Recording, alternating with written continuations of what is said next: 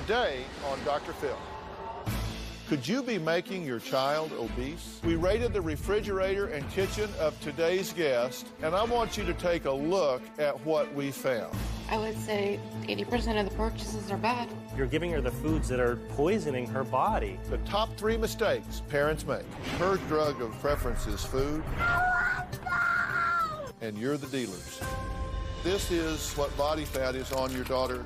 That is what she's carrying around with her. It breaks my heart. How to turn this growing epidemic around. That is the size your daughter should be now. I'm not here to get you. I'm here to get you to change. I want to make the change now. Have a good show, everybody. Here we go. I know things are tough out there, but we can do this. If it matters to you, that's what I want to talk about. 10 seconds to air. Well, thank you. This is going to be a changing day in your life. Ready, camera 5. Take track. I wonder how many of you out there that just go out, you're going to have a dinner, and you decide, look, I'm going to eat healthy. I'm going to get a salad. You're thinking you're making the right choice, right? And you find out later that you might be consuming 1,800 fattening calories in one sitting because of all the croutons and the dressing and the stuff you sprinkle on top. You would want to know that, right? Here's some news for everyone. Thin does not necessarily equal healthy. Just because the number on the scale says you're doing pretty good, that doesn't mean that you might not be actually walking around with a lot of body fat, maybe over 50%, 30%. There's this little contraption I carry around with me. This can squeeze your fat to give you the bad news. So I want the audience to line up one at a time. No, I'm just kidding. I'm just kidding. We may get some volunteers later. We'll see. Well, today I'm going to talk about the 3 types of metabolisms and how you may be eating all wrong for your type and unknowingly making yourself fat, unhealthy, all the things that you don't want. Now, according to the Center for Disease Control and Prevention, almost 70% of adults, did you get that? 70% are overweight or obese. And if that's not staggering enough, 36% of children under 12 are overweight. But today, I'm going to tell you the top 3 ways parents are making their children obese and what needs to happen to turn this growing epidemic around. Now, 7-year-old Justin was 254 pounds, and doctors have been unable to find a medical reason for his morbid obesity. His mother insists that she feeds him properly and he's getting good exercise. And then there's Alexander from South Carolina.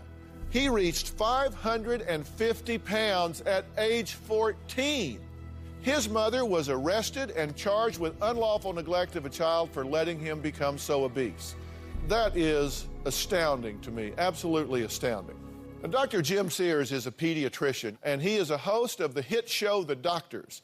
He is also the author of the book, The Healthiest Kid in the Neighborhood, and he's going to be joining me to talk about childhood obesity, a problem that he actually considers child abuse. Please welcome Dr. Jim Sears.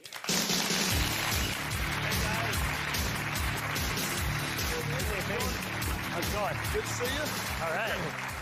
So you guys deal with this kind of issue on The Doctors just every day, right? Every day, as the pediatrician on the show, we're empowering parents to help make changes in their kids' lives that are life-changing. We're going to talk about the top 3 mistakes parents can be making to turn their children into obese children, which means they're very likely to be obese adults, which means there are going to be all kinds of health problems with this. Take a look at this. This baby recently made headlines when he was born weighing in at 19 pounds, the biggest ever in the country of Indonesia. Now, that's a regular-sized baby next to him.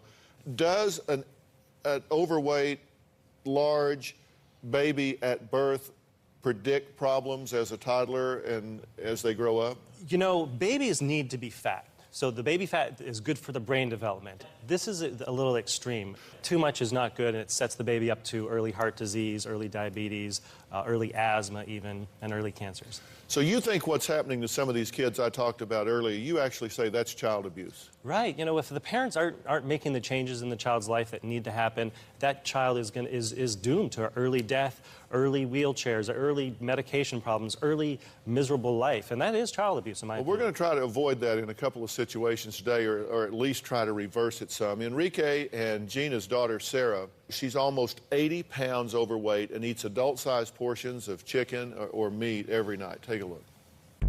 Sarah is 10 years old and she weighs 173 pounds. Sarah has been on the little chubby side and we thought she'd grow out of it. But in 3 weeks, Sarah's gained 13 pounds.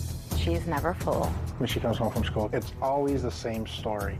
I didn't have lunch. They didn't have anything I like. Make me something to eat. And Gina will make her a sandwich, a quesadilla, basically a meal, not a snack. And then she has dinner a couple hours later. Dinner is always a fight. Why are you using so many jalapenos? Because you only give me a little. Why do you want a lot? Where's the camera? No, I'm not. If I only gave you 3 on the first one, why am I doing it for the camera? You're gonna have to get 7. She's looking at the portions that my husband will serve himself. She wants the same size. If you have something, she's got to have it. She sneaks food all the time.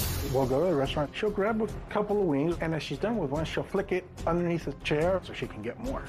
Sarah has a lot of hiding places behind the TV, in her bookcase, behind her bed, in the hallway closet, behind the towels. These are things that I found in her room. Empty Go-Gurt, Doritos, lemon lime soda, Diet Pepsi, Mr. Goodbar. It hurts me when I see her standing next to other kids. She's so much bigger. Her stomach, you see her cheeks, her double chin. Sarah just started junior high, and one little boy started calling her Buddha.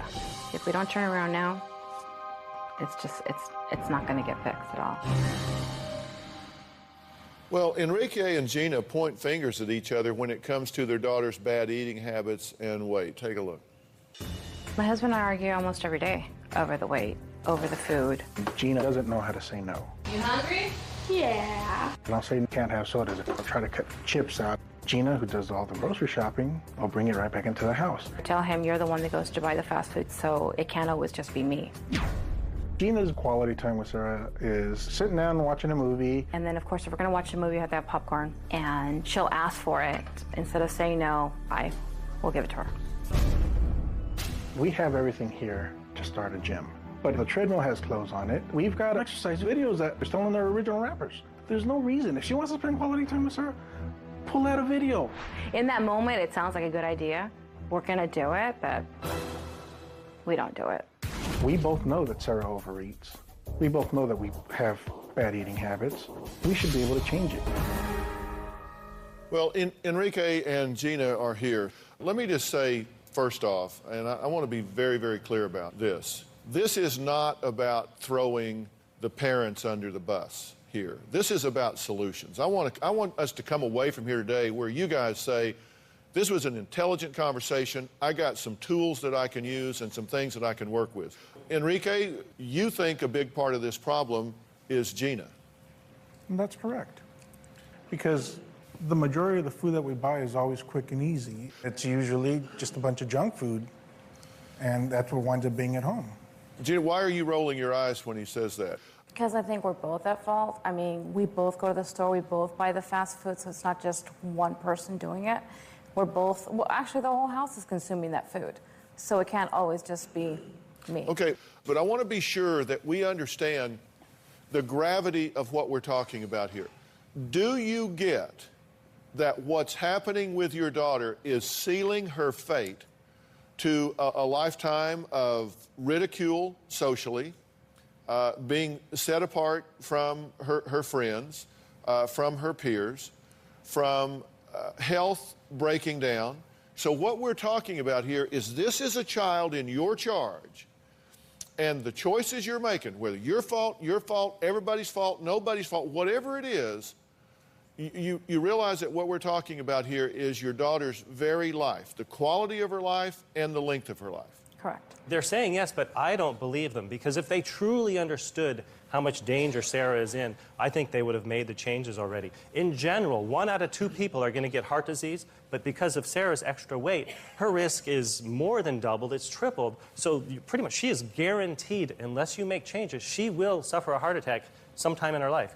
If you guys were all lost out in the desert and you came up to some water for the first time in forever, and there was a sign there and you could see and know that it was poison, would you let your daughter drink from it? No. No. I mean, even though she would be crying, I'm so thirsty, please, please, she's throwing a fit, she's falling in the floor, she's kicking, she's screaming, she's throwing sand at you, you don't love me, you don't like me, you're being mean to me.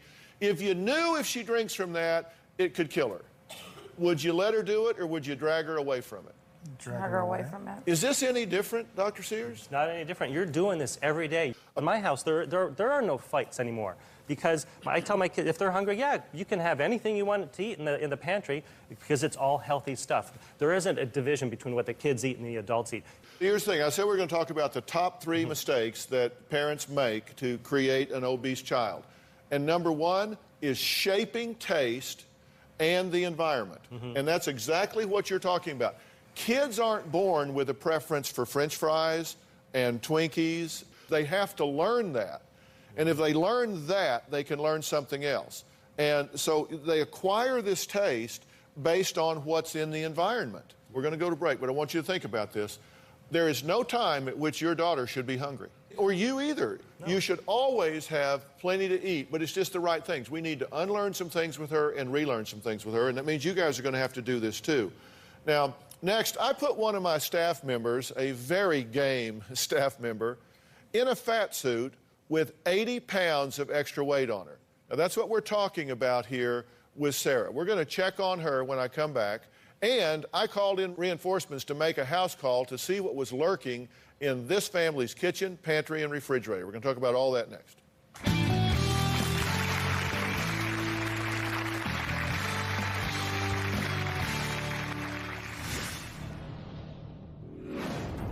You know, there's no grape in here. Wow. I would say 80% of the purchases are bad. Yeah, that's what I'm feeding the kids. This will give us an idea of fitness level. 6. And later, Patience doesn't seem to get full. Her face looks like it's blown up and her hands get swollen. Patience says she wanted some pretzels from the vending machine. Tori, Jerry, how do y'all feel about watching that? It breaks my heart.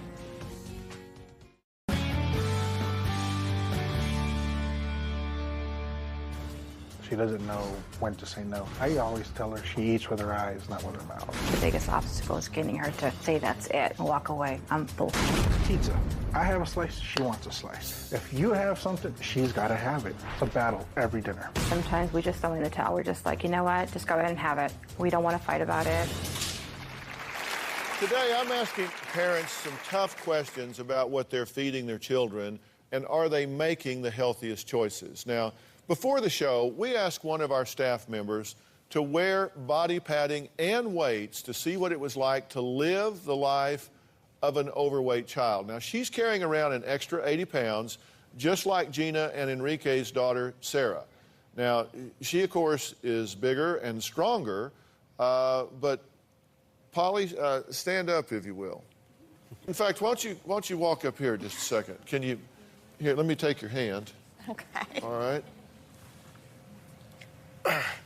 Okay, now, what we have here is we have the padding that gives us the bulk, and we also have 80 pounds of lead weight on her of what she's carrying around. What's the impact of this on you? I'm already more exhausted. It's harder for me to breathe. We have a picture of you without this fat suit on, just to give people an idea. Can we have that?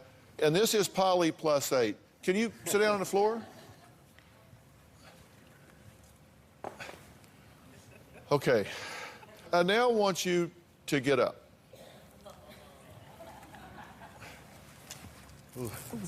Okay, no, don't help her. Nobody's going to... I'm trying to be the gentleman here. Okay. Can you jump up and down? No. Okay, and see, that's the problem. I mean, you guys are used to it, but is your daughter very active?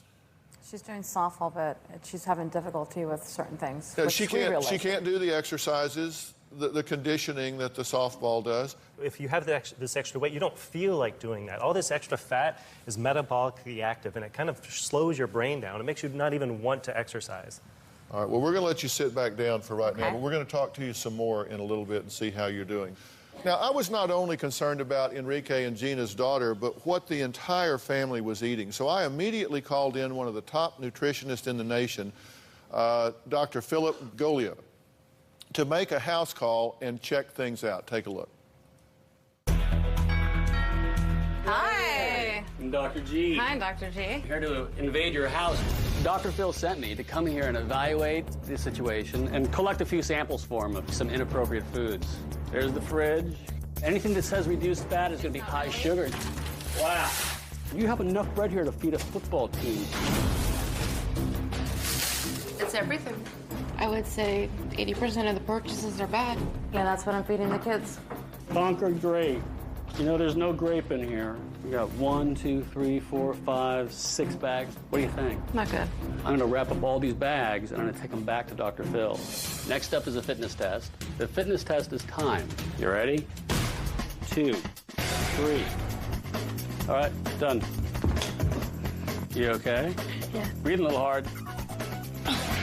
But the next thing we're going to do is to determine body fat percentage. So I'm going to take a few pinches of body fat, just like that. Now I'm going to perform a lipid profile test on everybody so we can have a better understanding of how all those foods have affected your health.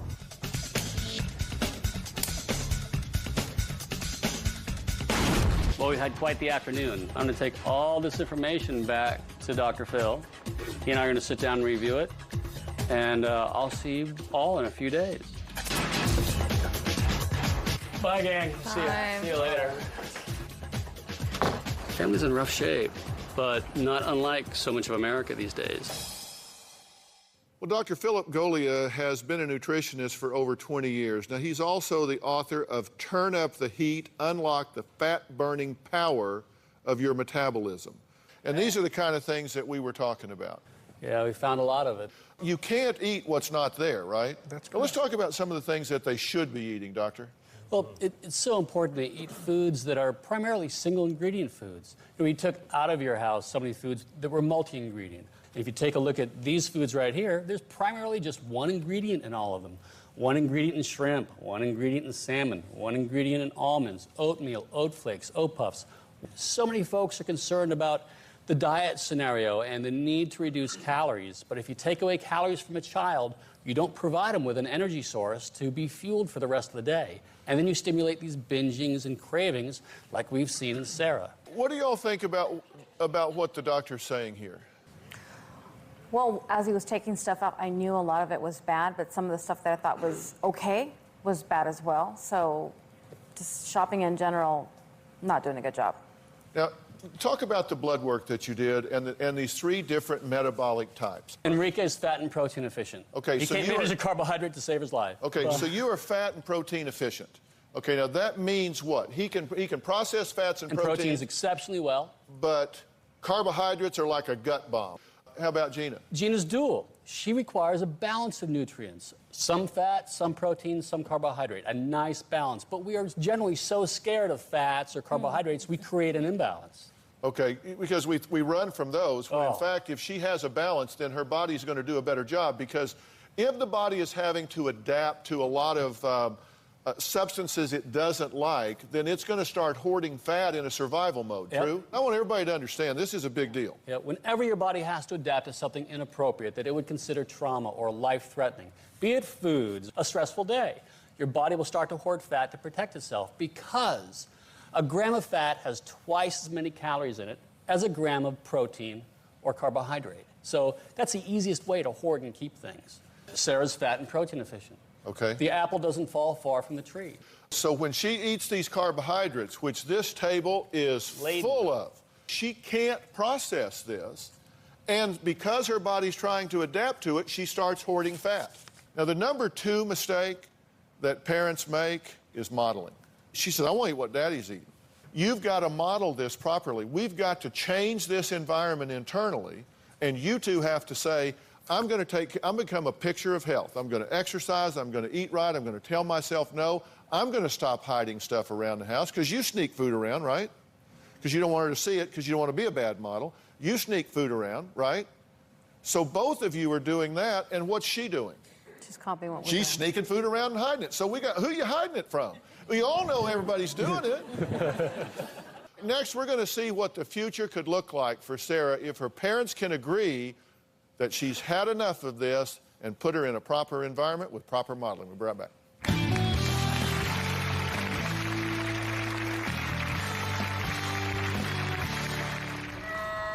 Patience says she wanted some pretzels from the vending machine.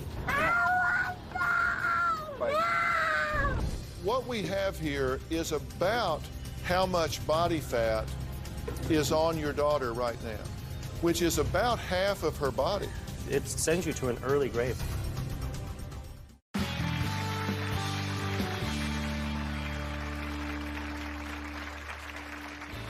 Well, tell me about losing weight. What do you think about it? I think it's good to lose weight. Losing weight's hard, though, isn't it? I was really overweight as a child, and I was always teased so much. I hated it. Did you ever get teased at school? Yeah.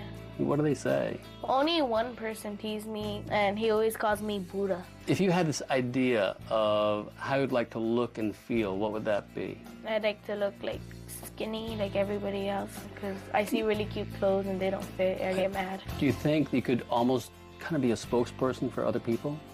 I think that's great. Come here, sweetie. That was fabulous. That was great. Good job today. I'm really proud of you.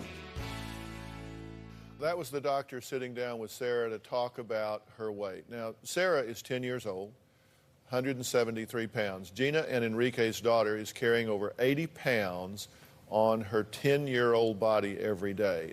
At this point, she should weigh what? You know, we're talking she weighed 90 pounds, something like that? 90 pounds, something like that. Okay, so do you hurt for her, Mom, when you see, I mean, because I know they tease her and they say things. How do you feel about that? It hurts me to think that, you know, certain kids tease her, how she must feel, the shopping, just not being a normal teenager because we're not helping her. This is a progression, and it'll start here in just a second. This is a progression of her.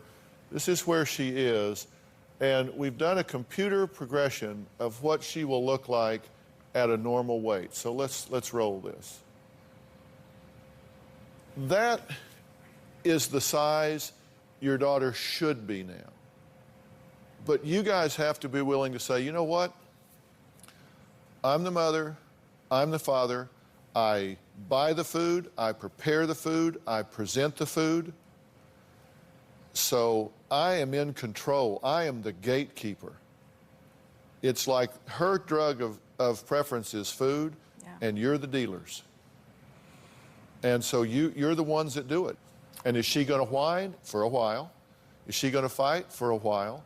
But it's so important that we get her to understand this because you want to do this with her, not to her. All right, when we come back, we're going to hear from Polly, and we've got some plans here. We'll be right back.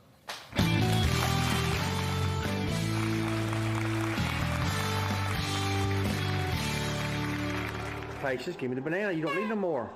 In the past year, Patience has gained at least 30 pounds. Patience says she wanted some pretzels from the vending machine. It's guaranteed she will develop diabetes in the next couple of years unless you make some changes. Listen, you guys know me. I'll tell you if I think you're running off the road. And you guys need to do a better job, no question about it. As parents, you have to own the solution. This isn't about blame. Anytime you have a child that is showing these kinds of reactions to food, something's not right, and you always need to rule out medical causation. But even if there is a medical causation, that just means the lifestyle is that much more important. Polly, come over here if you would. I know you like to get up and move around. What I wanted to do was get somebody that didn't ease into this, but that was in the situation your daughter's in. If you were these folks' daughter and they had done this to you, what would you say to them? I would say, please don't do this to me. I don't want to go outside and play. I can't go outside and play. People are making fun of me. I mean, I don't know any better, but you do.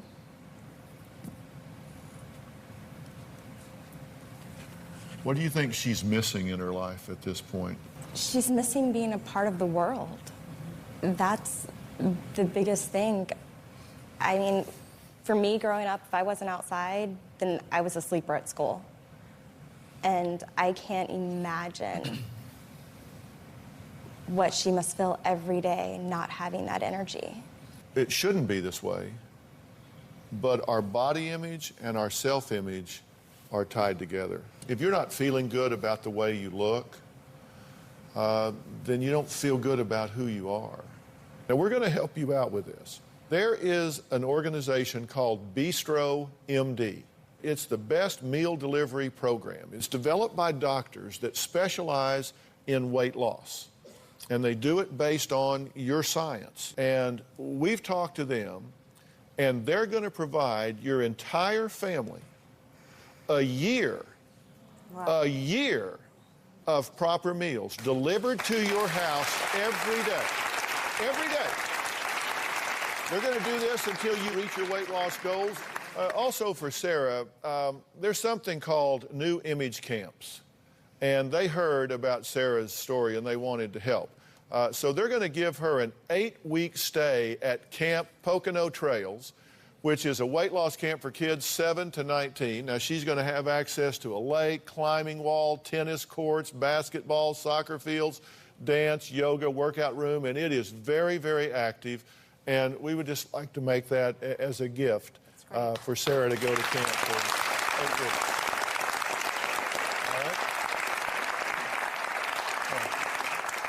Do we have a plan here? Yes. Do you feel good about this? Yes, I do. Enrique? Yes, we do. Because I said I wasn't going to throw you all under the bus. I said I wanted to help you. Is that what we did?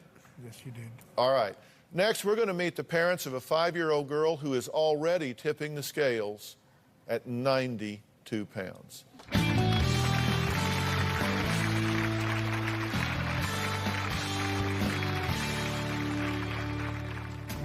Patience has gained at least 30 pounds. She wanted some pretzels from the vending machine.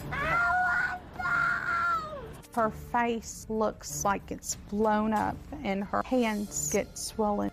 I've taken her to 3 different nutritionists and none of them seem to help. We are clueless.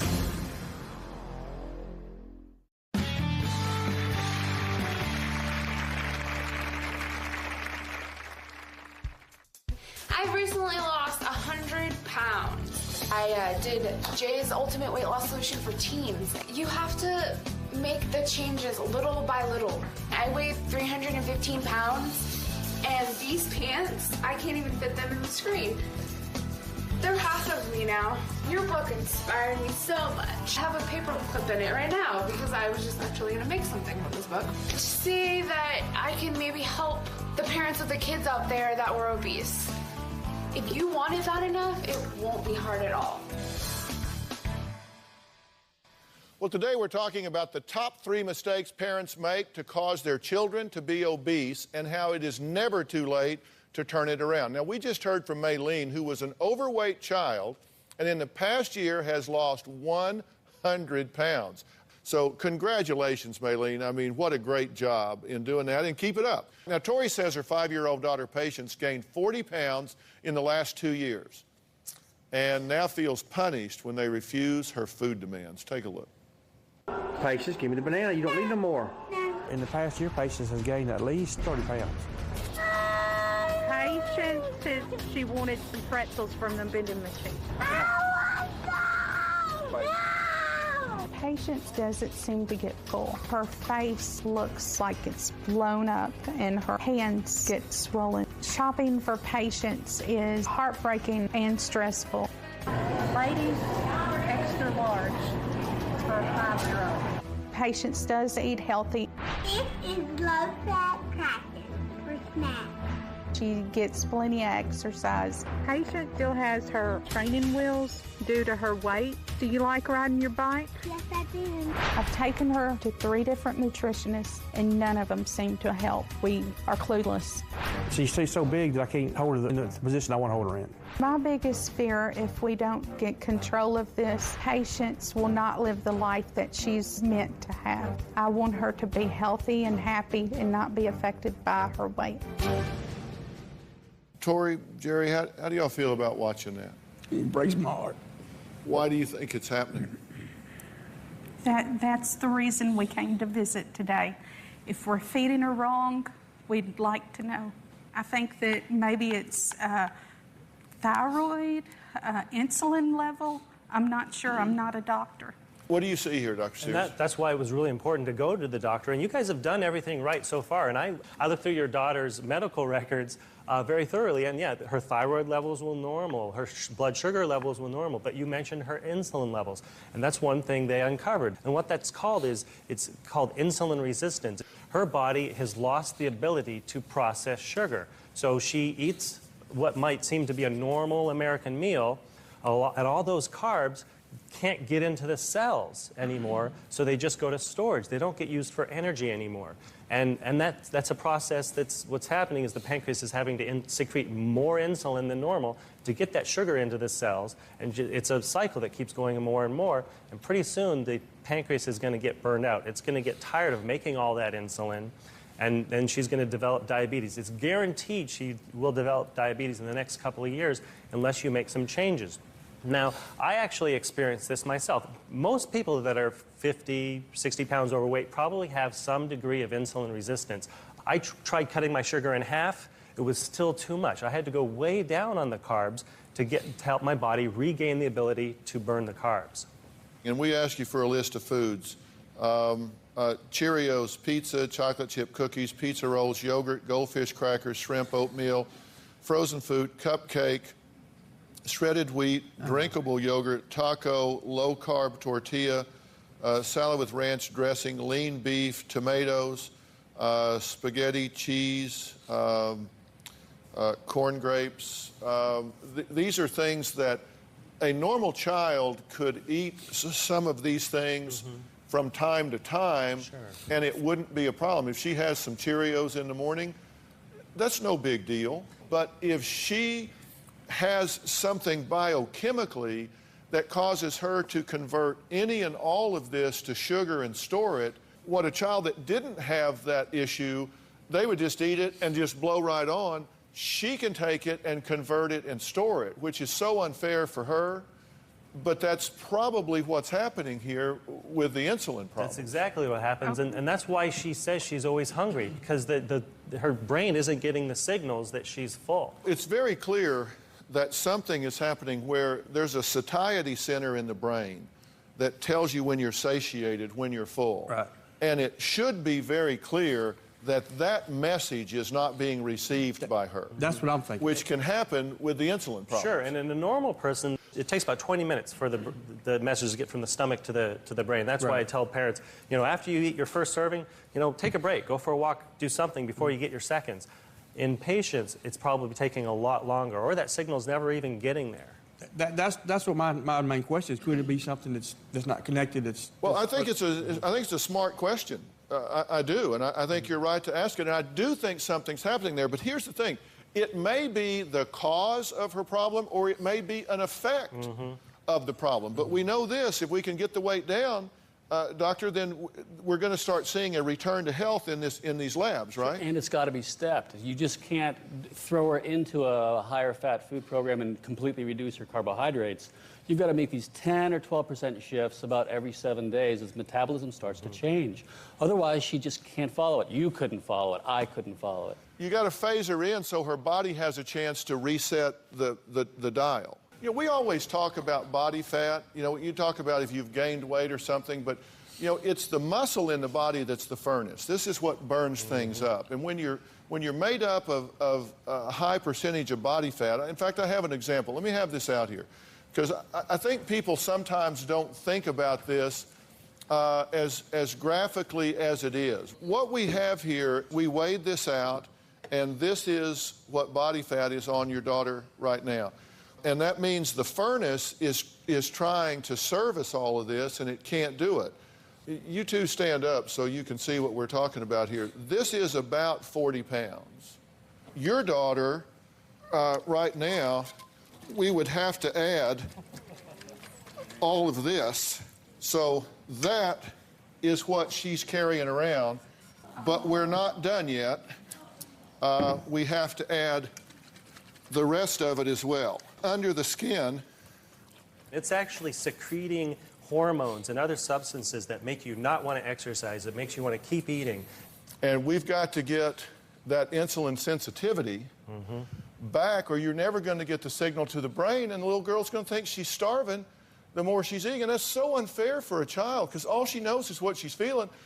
And so then you can say, well, are these parents like just ridiculous, crummy parents? Absolutely not. I mean, listen, you guys know me. I'll tell you if I think you're running off the road. And you guys need to do a better job, no question about it. Become a healthy lifestyle. And I'm going to ask these two guys to help you drill down and get those medical answers. Next, we're going to tell parents the third way they're making their children obese. We'll be right back.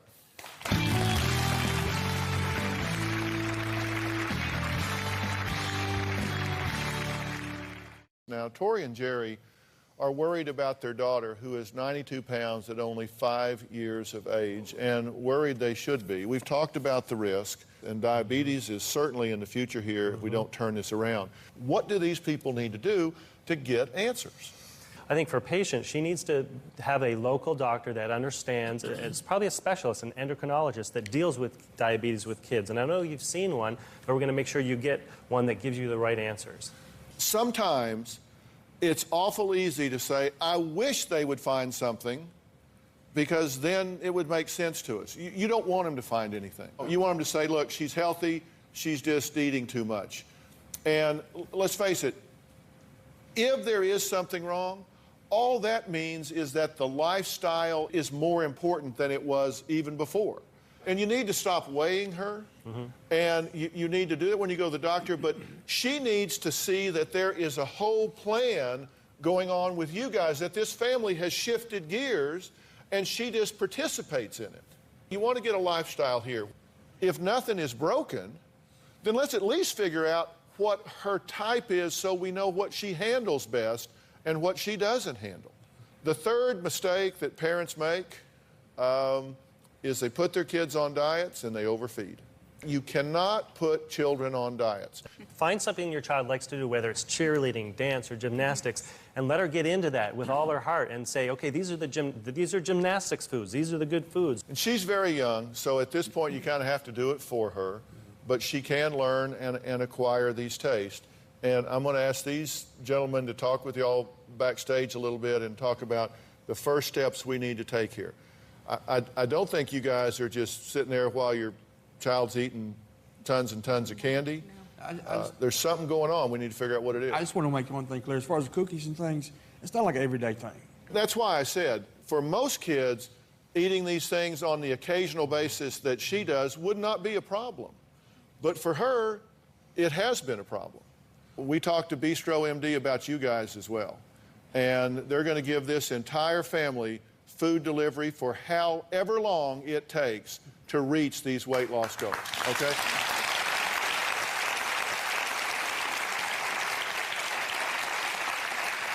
Okay, also Dan DeFigio is the director of Basics and Beyond, and he is a personal trainer and a nutrition counselor, and he is going to be personally working with you and coming to your house to work with this entire family on this nutrition and exercise program. So he's going to be working with you guys every step of the way, your own personal trainer. We'll be right back.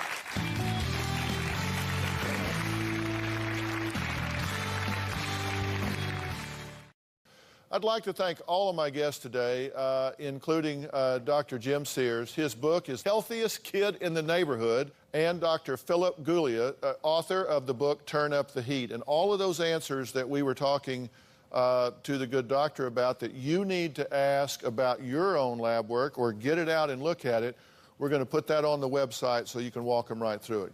All right, and also thanks to Tony Sparber, the owner of New Image Camps. And Polly, you're a trooper, girl. Please send in your questions to drphil.com, and you can also check out my blog at drphil.com. And you can find me on Twitter. And I talk to you guys back and forth. I've gotten some great ideas from y'all on Twitter, so I look forward to hearing from you. Thanks for being here. So long.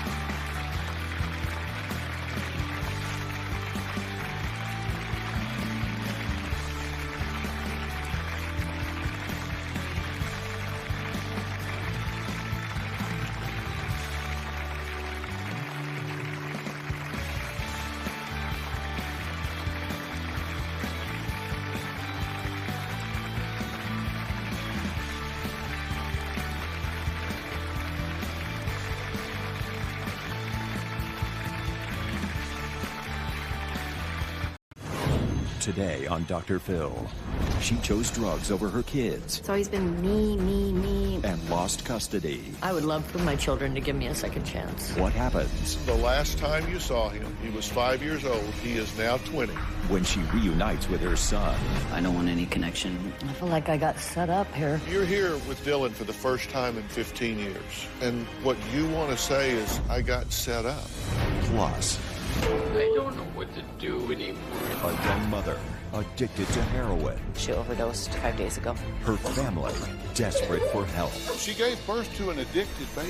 We don't know what to do with her. I would do whatever it took. She's in treatment or jail. There's no in between. Today, a mom accused of raising her children in conditions so bad they were often left alone to fend for themselves, hungry, cold, and dirty, while their drug-addicted mother was doing meth. Yesterday, she faced her daughter and the woman who gained custody of her son.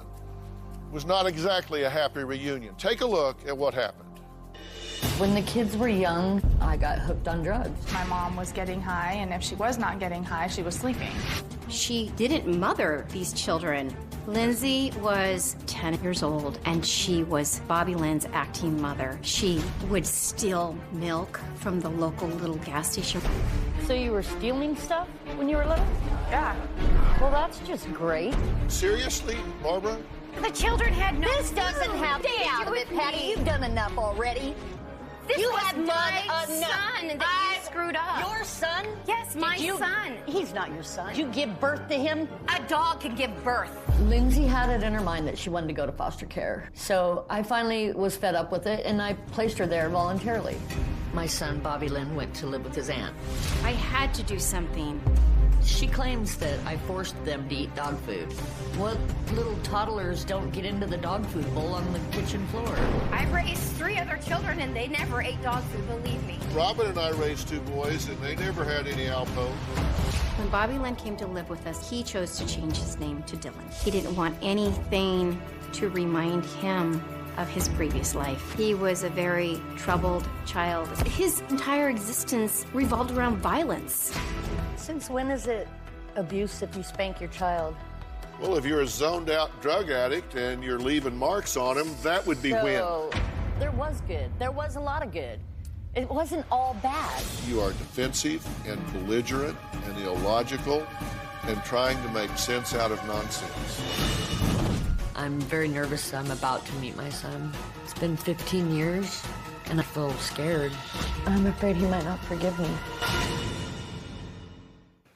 Now, Barbara and Lindsay both want a relationship with Dylan, but Patrice doesn't think it's a good idea. Take a look.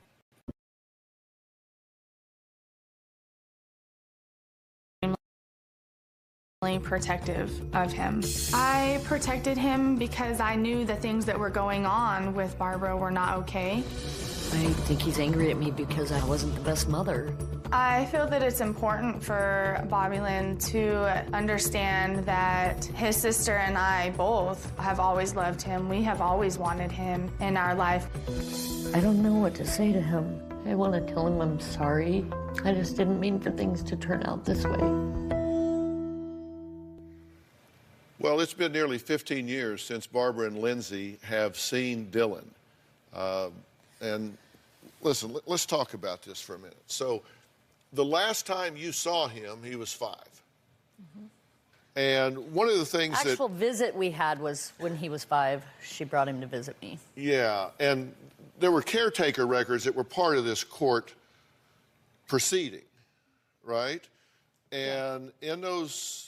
And the dates of the record were from January to May in 2000. And those records showed that 26 times you missed scheduled visitation. You had the opportunity and the right to see your son on 26 different occasions that you did not show up for. It's not easy to show up for visits when they live, what was it, 3 hours away? I'm not saying easy or hard. I'm just saying what it was. I was homeless. I was addicted to drugs and on the street. Yeah. I had, I couldn't. There were 11 times you missed scheduled calls, 4 times that How Dylan about, said what that about he from hated you. January of '01? What were the records then? 3 times he said he was scared of you. 3 times he had terrible nightmares. On 2 different occasions, he cried after seeing you, when he did see you. And there were 2 times that were in the record that you had broken promises to Dylan. These were things in the court record. So they were talking about who you were as a mother in that window from January to May of 2000. I couldn't keep my word when I was in California. That's why I left. I couldn't stay clean. I'm asking you, is what's reported here in the court record, is this accurate? No, I don't believe it's all accurate. Okay. I mean, yeah, a lot of it is, but no, not all of it. It's a matter of degree. What, 70% of it's accurate? Well, probably 80? 90% of it's accurate? Probably 90. Okay, Dylan is here. He's agreed to be here. He wants to be here. He wants to talk to both of you. But we need to understand he may want to have you in his life, maybe a step at a time, maybe not at all. Maybe he runs out here and jumps in your lap. I don't know. Same thing with you, sis. We know what Patrice thinks. She thinks not a good idea, but she acknowledges that he is now old enough to make his own choices and decisions. So I'm going to ask him to come out here, and we're going to find out what he wants. We're going to find out whether he wants you as his biological mother in his life or not, and you as his biological sister in his life or not. And we're going to hear what he says, and you're prepared for that, right? Good, bad, or indifferent. You want to do this? Yes. More than anything. Here's a picture of him the last time you saw him. He was 5 years old. He is now 20. Dylan, come on out.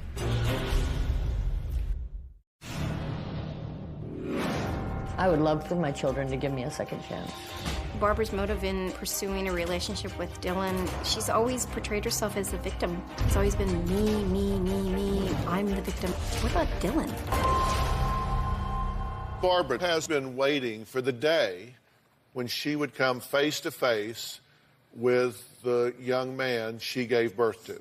So here's a picture of him the last time you saw him. This is your picture. He was 5 years old. He is now 20. Are you ready to see Dylan? Yes. All right, Dylan, come on out.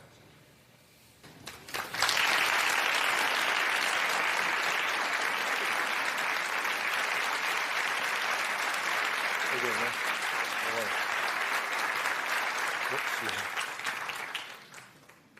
Dylan, how are you? Doing pretty good. It's good to meet you. You, of course, know your sister. How long has it been since you've seen her? Approximately 15 years. 15 years. And this is the woman that gave birth to you. Yep. And you haven't seen her in 15 years. Yep. Let's start here. Look at your mother now. What's your reaction when you see her? She looks a whole lot different. In what way? She definitely looks like she has put her life together a little bit. So this is an improvement from what you recall? Yeah. Okay. What's your reaction to seeing Dylan, Barbara? So handsome. It's so good to see him. So good to see you. And you haven't seen your sister for a long time. What do you have to say to her? It's good to see you. Me too. What's your remembrance of your sister? I don't remember a whole lot. To be honest, I was young. I know stories. I know I can vaguely remember her leaving into foster care, but not a whole lot. This is a picture of her holding you. And the stories you've heard about her role in your life are what? She definitely took care of me a lot more than my birth mom did. And I guess from what I've heard, you've looked out for me. She looked out for you? Yeah. Fed you sometimes, did things to take care of you. How do you feel about that? I feel grateful. I feel like probably wouldn't be here today if I didn't have you looking out for me. So thank you.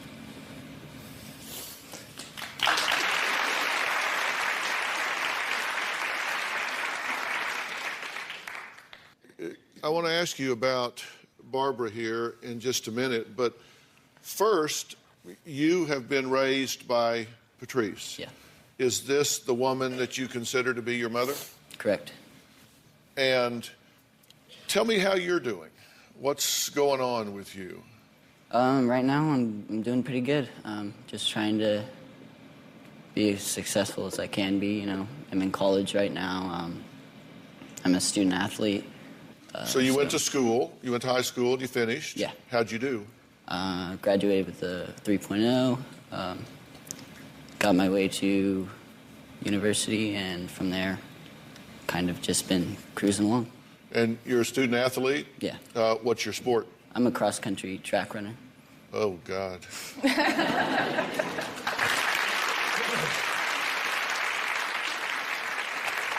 Got a girlfriend? Nah. Well, how's that happening? Because you're not exactly unfortunate looking. Thank you. How do you get along with Patrice here? We have our moments, but she definitely looks out for me. She directs me in the right path, so I probably wouldn't be here today if it wasn't for where she's put me. Yeah. Has it been good for you to be with her? Yeah. Yeah. She's taken care of you? Mm-hmm. Fed you, clothed you, nurtured you, gotten you along? Everything. Into college? Yep. And you're grateful for that? Very grateful. Do you love this woman? Yes, I do. Well, next, we're going to find out what Dylan has been waiting to tell Barbara and Lindsay after all these years.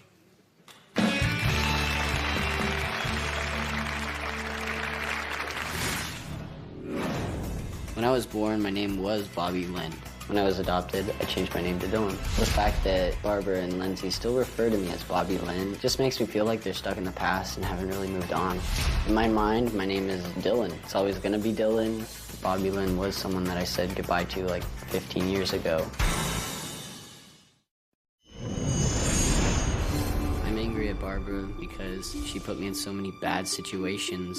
She's a horrible mother. She never looked out for me. The fact of the matter is, I don't want to have a relationship with her because she isn't my mother. I don't believe biological mothers mean you're my mother. I think the person that loves you, takes care of you, and supports you on the right path to success is a mother. Barbara, she doesn't deserve to be in my life. Barbara had her chance and she missed it. You guys set me up. What's your reaction to what you're hearing here? I feel like I got set up here. Okay, well, you're here with Dylan now for the first time in 15 years. And what you want to say is, I got set up. We created this moment I prayed for this. you. I wrote you. Yeah, and so here you are. Yeah. And then you say, I got set up. And I assume you got set up because there has been a focus on your destructive behavior across time. I believe you can't change what you don't acknowledge. I've always acknowledged my past. But you haven't even acknowledged it today. You've been flip and sarcastic about it, and I understand about getting defensive and somebody's taken your inventory. You don't know what my opinion of you is. I'll tell you what my opinion of your past is. I think my opinion of you as a parent in those years that we've talked about was atrocious. And I would have taken your children if I had been in a position to render an opinion on that. They would have been gone. That's why I called the police. For sure. Okay? But this is now, and here you are, and You Dylan shake your sits head before at you. me like it didn't sits happen. before And you even accused me of calling the police. Incarcerated, and 30 days You later, even- Colin was arrested for meth. Dylan sits You- before he was you. arrested even the day that accused you Colin got even out of told jail. you that he thought I did it. Dylan.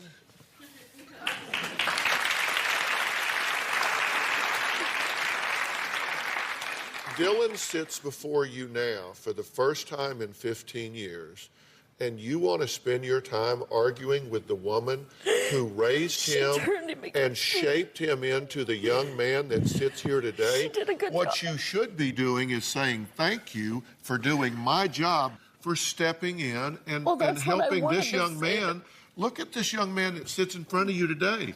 He sits in that chair the way he is right now in spite of what you did and because of what she did. And I would think that you would be grateful that she stepped in here and took care of your child. Grateful. Then quit barking at her and say thank you. Thank you. You did a good job.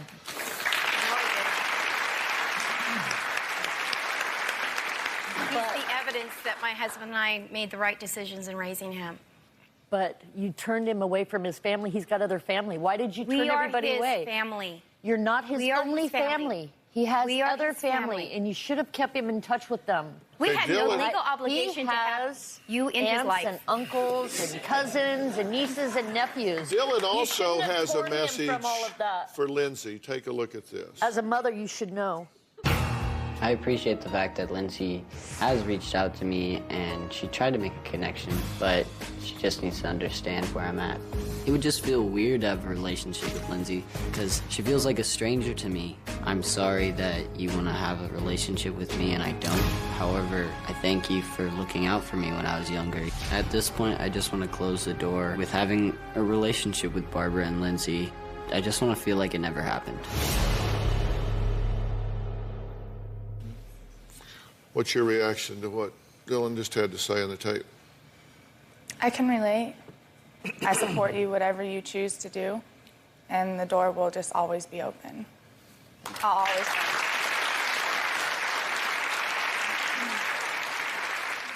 What do you think about what she has to say? I feel relieved, you know. And I'm definitely not mad at Lindsay. She's always looked out for me. From what I've heard, I can't remember a whole lot. It just feels good to have someone on my side. So what do you do in this situation? Let me tell you what I see your options as being. Would you like to know what they are? Yes. Number one, you can say, good seeing y'all. I wish you the absolute best in your life, but I don't want to share it. Option two is, let's just all be one big happy family and go forward.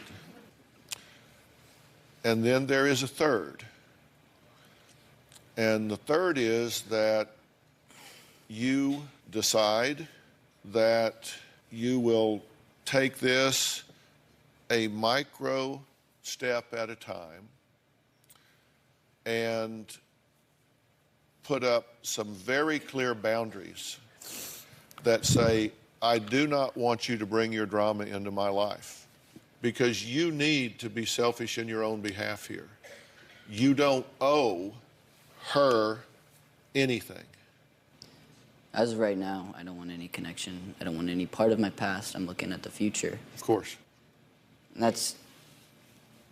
I wouldn't want anything to do with you. I'm sorry, but that's just how it is. You had your chance, and you definitely failed at that chance. Lindsay doesn't deserve to be involved in any of this, neither do I. I would be more comfortable with that, but as of right now, I have a life that has nothing to do with any of my past, and I'm trying to be successful, and I guess it's the people you surround yourself with could bring that down, like who you're associated with, if you know what I mean. It's not something that you have to decide on today. If 30 days from now you want to let her join your Facebook page or something, do it. If you don't. You have to do what's comfortable for you. Yeah, I'm confident that I know where I am. And I'm confident that whatever decision I make is going to be the best for me. All right. Let's leave this where it is. Next, a 22-year-old mother on the brink of death. Taylor has been using drugs since she was 15. You will be shocked at what she's willing to do to get her fix. Can she be saved before it's too late? Taylor has overdosed 2 times in the last year. She overdosed 5 days ago.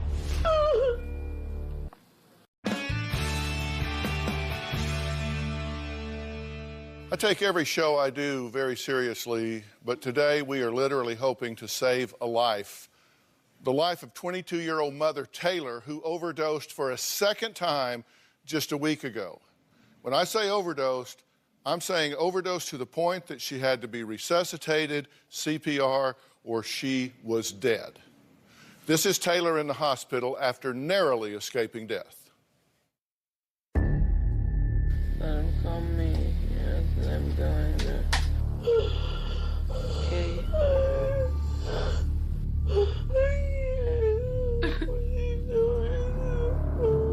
I don't know what to do anymore. I don't help you. This is also Taylor just hours after getting out of that ER, screaming at her mother, refusing to go to treatment. Did I ask you to give me a dime? I'm just telling you. Did I ask you support to give you me go to meeting when you go to meetings and you're Did in I recovery. ask you to give me a dime? When have I ever asked you for money? In the last... I don't even know.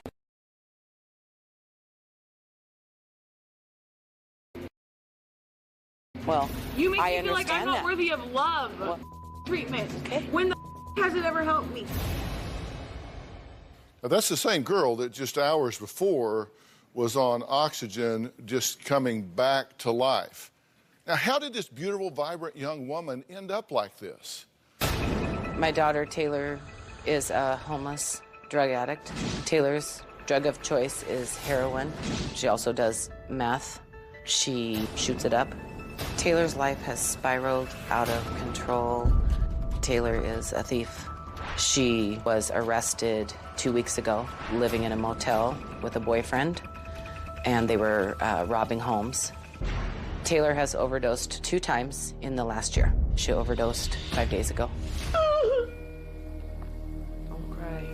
Okay. Seeing my daughter laying in that hospital bed is probably the most painful thing I've ever had to deal with. Jay, I don't know what to do anymore. I don't help you. Because of Taylor's addiction, I now have custody of her 2-year-old son. Taylor's addiction has been so bad that I can't allow her to come see her son. I don't even know who you are anymore. Honey, you're skinny, you're losing weight. I'm skinny, big lip. That's what happens when you use drugs. Last time I saw her, she hadn't showered in days.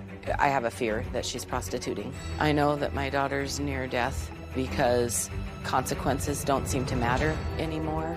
Okay. Treatment. Okay. When the has it ever helped me? I really feel she's gonna die if she doesn't get help. It's awful. It's awful. But I will do anything to save her life. Obviously, something had to be done here. In my opinion, it was time to have a serious sit-down meeting with the family. Debbie and Brandon of VIP Recovery, who you know from our show, got involved directly. And take a look at what happened. Please tell us exactly why we're here and what's going on and what created this crisis. Taylor is a heroin addict and meth, shooting it up. I don't believe she's gonna live very much longer. She overdosed about 5 days ago. And she was resuscitated? She was given CPR, and then she was resuscitated and taken to the hospital. How serious on a scale of 1 to 10? 10. Okay. I had a conversation with Taylor. She told me, that she shot up the heroin and the meth and then took some pills and was actually disappointed that she woke up the next morning. So she's kind of given up on life. Yeah. Oh. Have you planned her funeral yet? Yeah. Jacob? It's all really, new to me. I can see you love your sister a lot.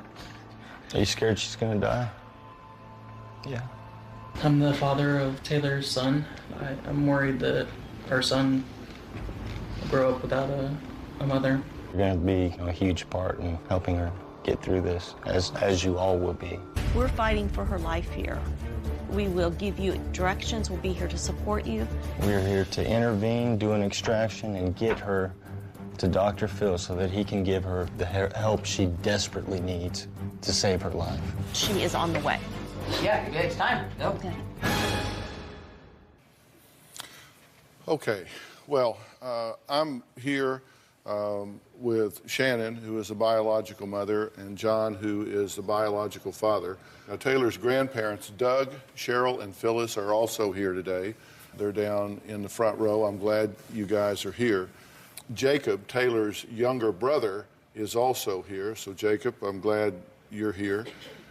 So, where is Taylor? Why is she not out here yet? Because we're not ready to talk to her yet. But what I want to know is what kind of resources I have to really turn her life around. Do you get the gravity of this? Yes, I do. What are you willing to do? Anything. I mean, do you understand that she did die last week? I do. So it was just a matter of somebody found her, or we wouldn't be here talking about this right now. No, we wouldn't be here. I feel hopeless, and I don't know. I'm here for my grandson, for all of us to stop whatever it is we're doing that's contributing to it. I don't want to do this anymore. I don't. But you understand you have contributed. Oh, absolutely. Okay. Yeah, I feel terrible. And how about you? What's the question? What have I contributed? Yes. Have you? Well, first, have you Yeah. in your view? Yeah, I wouldn't. Because I was told you said if I said you had any responsibility in this, you were going to give me an earful. So I got 2 ears. Oh, Fill yeah. them up. I don't know who said that. Yeah, But, you actually did say that. Okay. But do you not remember saying that? No. Are you a drug user? In the past, yeah. Now? Now? Yeah. Yeah, I take prescription medications. What are you taking? I am taking at the moment morphine and Dilaudid and Valium. Morphine, Dilaudid, and Valium. Yes. I'm under doctor's supervision, under a pain management doctor. I have a fractured vertebrae. It's an ongoing So how long have situation. you been on these? Just about a month now. You've had problems with addiction in the past. Yeah.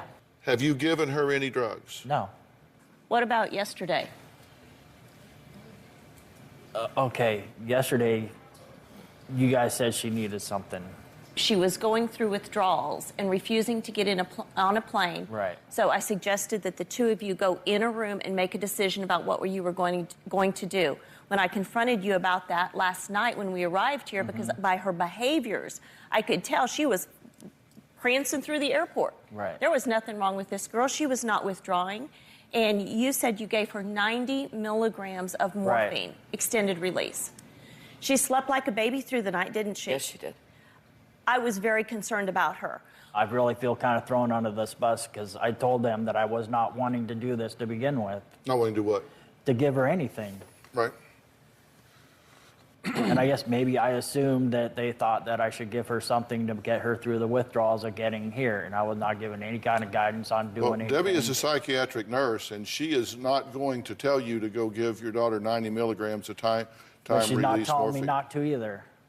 Did you ask me, should I give her 90 milligrams? No. Correct. If it had been left on my own, I wouldn't have done anything. I was right there. You could have come out and asked me. And also, let me remind you, yesterday in the car when you said you were going to give Dr. Phil an earful, that was in the car on the way to the airport. And that was just a joking thing. But the fact that you said you didn't remember is the reason I asked you what you were taking, because I knew that it happened within the last 24 hours. And if you don't remember it, something's impairing your memory. I want to know, if you are an addict or an alcoholic, I need to know it. I do not believe I am, no. Your daughter is shooting up heroin, and the medication you're taking on a daily basis put her to sleep. She has a gun charge. If she got out of rehab, I would go to the police. I would insist they put her in jail, and I damn sure wouldn't let you or you or you or you or you bail her out.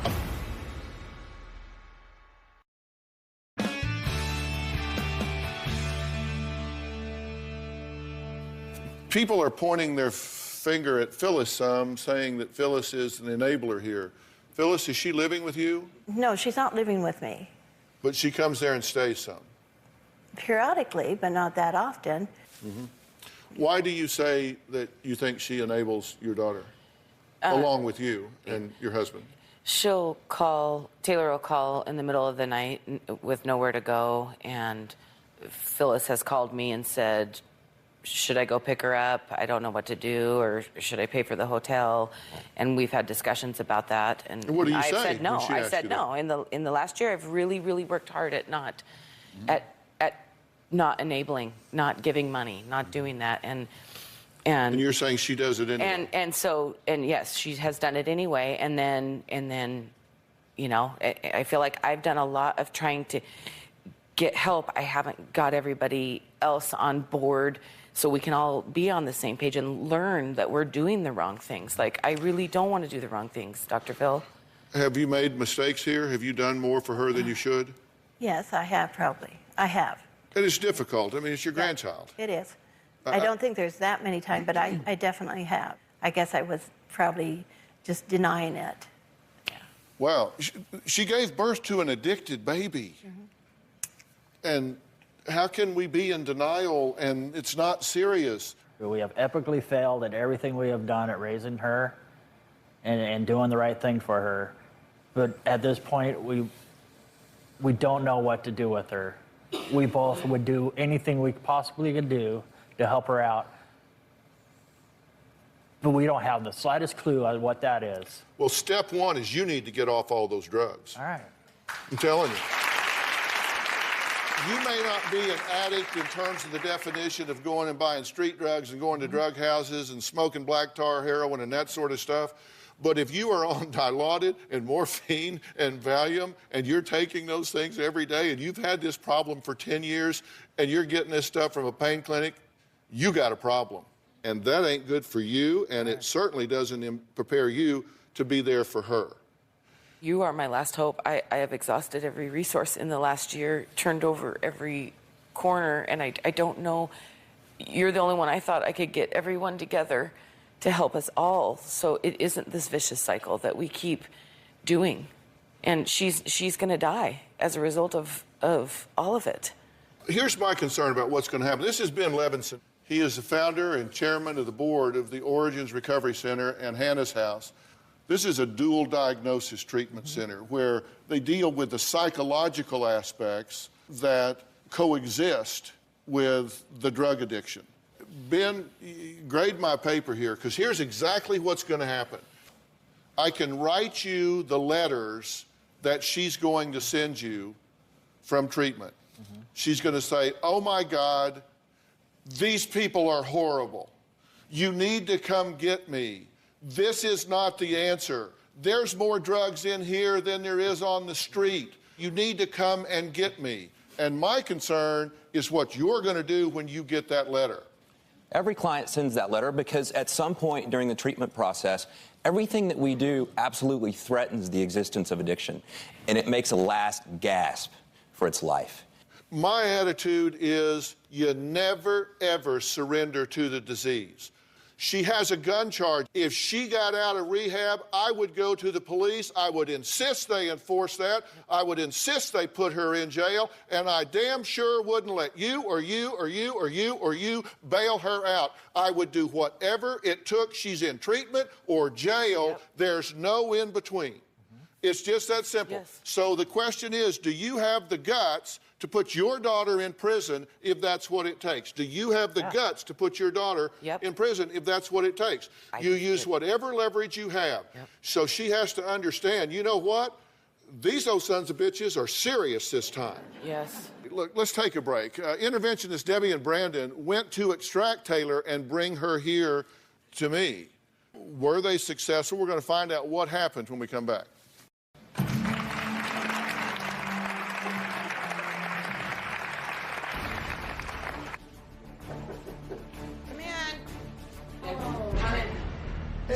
Get in and sit down.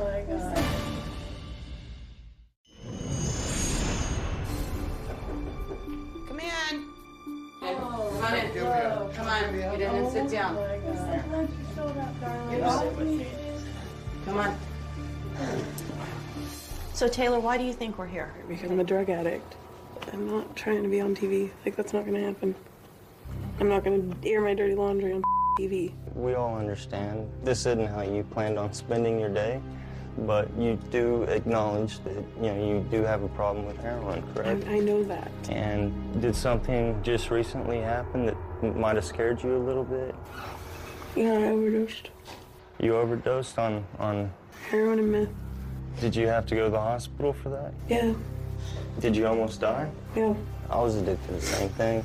It almost killed me too, but I'm here today because I had a family like you have here that is willing to do anything to save you.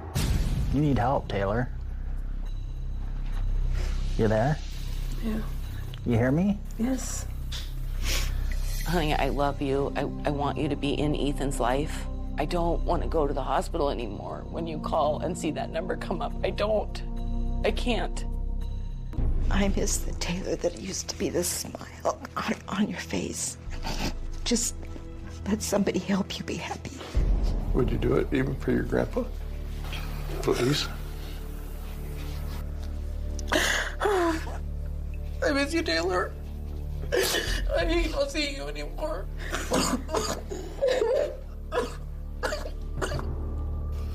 You know how important you are to me, Taylor. Taylor, Dr. Phil McGraw has chosen you, and he would like to speak with you. Are you willing to go with us?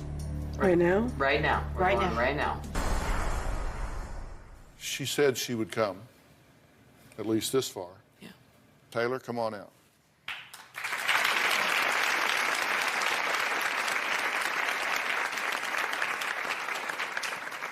Taylor, I'm Dr. Phil. How are you? I feel like So how are you feeling right now physically? awful. What's happening? My body just hurts. I'm sorry? My body hurts. I can't sit still. Are you coming down? Yeah. So you're withdrawing? Yeah. I'm freezing. What have you been taking? Heroin, How much and how often? like 1.5 grams a day every day. 1.5 grams a day? Yeah. What else are you taking? Meth, and that's about it. Are you a drug addict? Yeah. Why? Why am I a drug addict? Yeah. Why are you doing that instead of having a job, pulling your own weight in society, and doing what you need to do? I don't know. It makes me feel better. It doesn't make. I don't feel pain anymore. Physical pain, emotional pain? Emotional pain. What's the emotional pain from? I don't know. I think a lot of it has to do with growing up. My dad not being around, and my mom always focusing on my dad, and not having really a family. When I walked into the room when my family was all there yesterday, I felt like they were just having like another party that I wasn't invited to because I'm the drug addict. So where's this headed? I'm gonna die. At some point, doesn't this need to stop?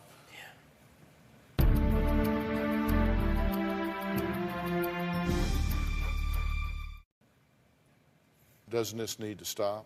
Yeah. Because I've spent all of this time out here with your family instead of you. You know why? Because I've been telling these people they need to change their game. They need to understand that things change. When I get involved, I play hardball with you. You can throw tantrums, you can throw fits, you can have an anxiety attack, fall out on the floor and pass out. I'll step right over you and keep going. Because you know what? You'll wake up in a little while. That's Ben Levinson right there. Say hello, Ben. Raise your hands so she can see you. Yeah. Ben is from Origins Recovery Center. It's a treatment center that is very isolated, and it's different in this regard. It's a dual diagnosis treatment center. It doesn't deal just with the addiction. It deals with everything else that's fueling you, all of the anger, all the resentment, all the bitterness, all the feelings of abandonment, all of the guilt that you have over what you've done to your son, all the anger and rage you have towards these people in your lives. It gets you to a point where you have to resolve those things. I am like the Terminator. I have no side agenda here. It's one, and that's to get you clean and get you a chance at your life.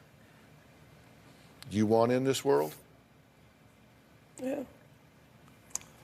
Are you willing to do the work while she's gone that you need to do? Yes. Are you? Yeah. Yes. Ben, do you want to take this on? Absolutely, we'll take it on. Everybody here has to change. You guys have to focus on getting well, and we'll get her and help her focus on getting well. And then we'll decide if you guys can come back together again or not. And you'll help guide that process with this family as well. Absolutely. I want to thank all of my guests today. Debbie, Brandon, thank you too for going up there and all the work that you've put in on getting Taylor here today. I mean, thank you so much. You're very welcome. I'm glad you guys reached out. Also, of course, a very special thanks to Ben Levinson, founder and chairman of the board for Origins Recovery Centers, and Hannah's House for their help with Taylor. For more information on today's show, go to drphil.com. If you want to know more about the work that Debbie and Brandon are doing and paying forward, we're going to have a link to their VIP services on our website today so you can see that and get there. Guys, you know, there comes a time when you've hit the bottom. I'm there. It's the last rung on the ladder. Yep. It's a long fall from here. Yep. So you need to do this. Yes. Thank you Dad? so much. Okay. Thank you. All right. Thanks so much.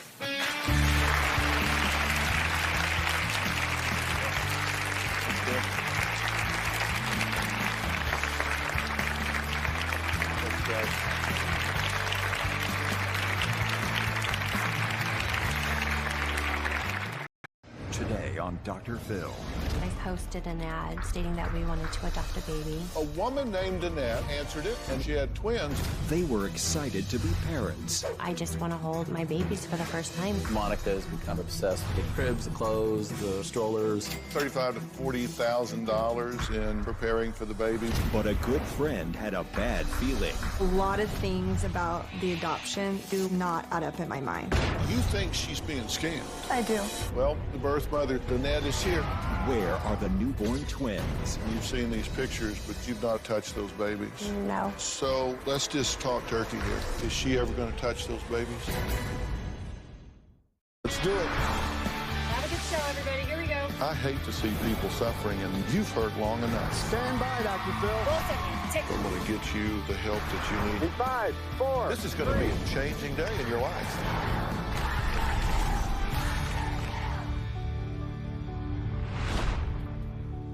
Monica and Max were so desperate to become parents that they put an ad on Craigslist in order to find a baby. Here's a portion of the ad Monica wrote.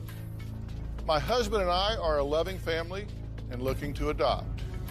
We have 2 teenagers living with us full time, and I, the wife, cannot have a baby.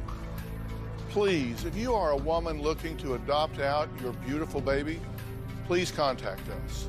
We're a very easygoing family and have a beautiful nursery and tons of love and security to offer. Well, as luck would have it, soon after they posted the ad, Monica says she got a response from a woman named Danette who was looking to place her baby for adoption. Take a look. I posted an ad on Craigslist stating that we wanted to adopt a baby. A woman contacted us named Danette. She stated that she was pregnant with a baby girl. Danette and Monica had almost an instant connection. Danette told me that she had been raped and she became pregnant. She didn't know what she was going to do with this child. When Danette told me that, my heart went out to her. I asked her a lot of questions. Danette and I started talking every day. After talking to Danette for a month, she wanted Max and I to adopt the baby. We were ecstatic. We were on cloud 9. Danette started sending us ultrasounds and information about doctor's visits that she had. We started a Facebook page to document everything that was going on. I wanted everybody else to be able to share in the joy. They were able to get updates as we were. After talking to Danette for about 2 months, I drove out of state to go meet her. We sat and talked for hours. She says, "Do you want to feel her kick?" When I touched her stomach, I felt our daughter kick. I was so excited. About a month before the baby was born, Danette said the guy that raped her had been caught. Danette told us this person could have parental rights. The next day, she told me that he had bonded out of jail. Danette kept assuring us the baby would still be ours. She spoke to me about flying to our hometown and having the baby out here. The day that Danette was to fly to our hometown to give birth, she went into labor. Well, you just heard that this mystery mom, Danette, said she was pregnant with a rapist baby. And as the due date neared, the father of this baby, the rapist, actually gets out of jail. Now, concerned that he could possibly want parental rights, Monica and Max quickly arranged for Danette to fly out of state to deliver the baby in a hospital near them. When suddenly, nope, that can't happen. Why? Because Danette goes into labor. And yet another twist. Danette was not just pregnant with one baby. She tells the parents that she just delivered twins. Take a look. I got a text from one of Danette's coworkers saying she didn't just have our daughter, but she also had a boy, that we had twins. I was extremely shocked and extremely excited. Danette gave birth to the baby girl first, and she was 9 pounds 7 ounces. The boy was 3.2 pounds. This was definitely a dream come true. We named the girl Michaela Love, and we named the boy Mason David. The day after the children were born, Danette told me that the father wanted custody of the children. Right now, the babies aren't in Danette's possession. They are in foster care. At this point, the babies are almost 2 months old. Monica is completely devastated. A court date's been set up for next week. Danette's gonna get the birth father's rights relinquished, so we're able to bring home our babies. It's killing me. I just want to hold and meet my babies for the first time. Well, Monica says she and Max have spent about $40,000 preparing for a baby. Max says Monica's spending, well, he says it's just out of control. We've spent around $30,000 to $40,000 to have a child of our own. I've purchased books, furniture, clothes. I have tons of blankets. This is for the car seat. We moved from a 3-bedroom condo to a 4-bedroom house.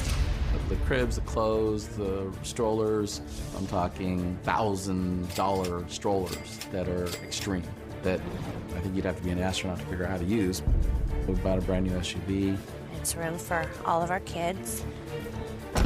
Since we found out that we're having twins, I had to change everything. Probably gonna move a piece of this out to one of the other rooms, put another crib in here. The room was prepared for a girl, and now that we had Mason, we had to make sure that he had everything, and of course I had to give him his whole wardrobe. I have his closet here for him. You went shopping.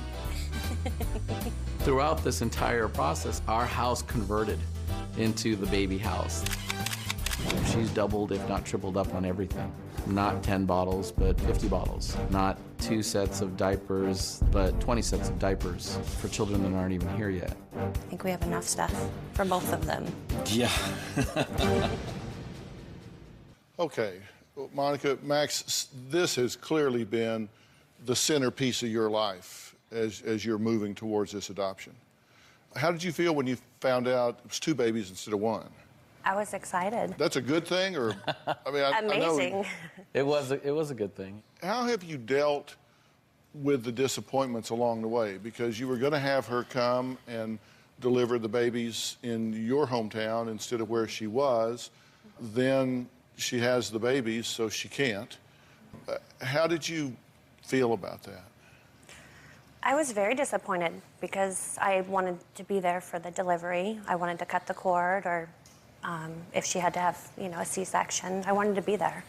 You've become really close friends with her, right? I have. When you found out that this was a product of rape, that had to be a moment to think about, right? What was your reaction to that? I just wanted to know that they were healthy. But you found out that, in fact, they may not be healthy, right? Michaela could possibly have a slight autism. Right. And that Mason, he was so small, because we didn't know about him, that, he's going to have probably some health issues. Okay. And you named the babies? I named them. We named them. Michaela and Mason? Right. Yes. Okay. And you said she's gotten a little obsessive about spending the money? More than just obsessive, yes, absolutely. Yeah, $35,000 to $40,000 in preparing for the baby. Bigger house, bigger cars, because you got to have room. Handmade blankets and clothing. $1,500 to go visit her. $700 in gifts. $100 to her for Christmas dinner. Paid her electric bill over $300. $850 on one stroller. Then you bought 3 others. Well, I switched because one of them couldn't be used as a double, so I needed... But then you got another one, 400, so you now have 4. Yes. It's a lot. Yeah. I think Monica has become over-obsessed with the entire baby process. What's it mean to you to finally have a baby? Everything. But you haven't seen these babies yet. No. Because at this point, they've been placed into protective care until the adjudication of this now released rapist that wants custody, or you just want to terminate it where he can't have a chance?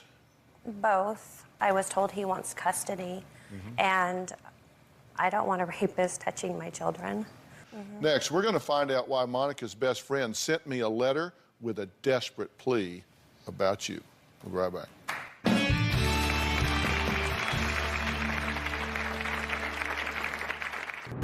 Monica and I have been the best of friends for the past 5 years.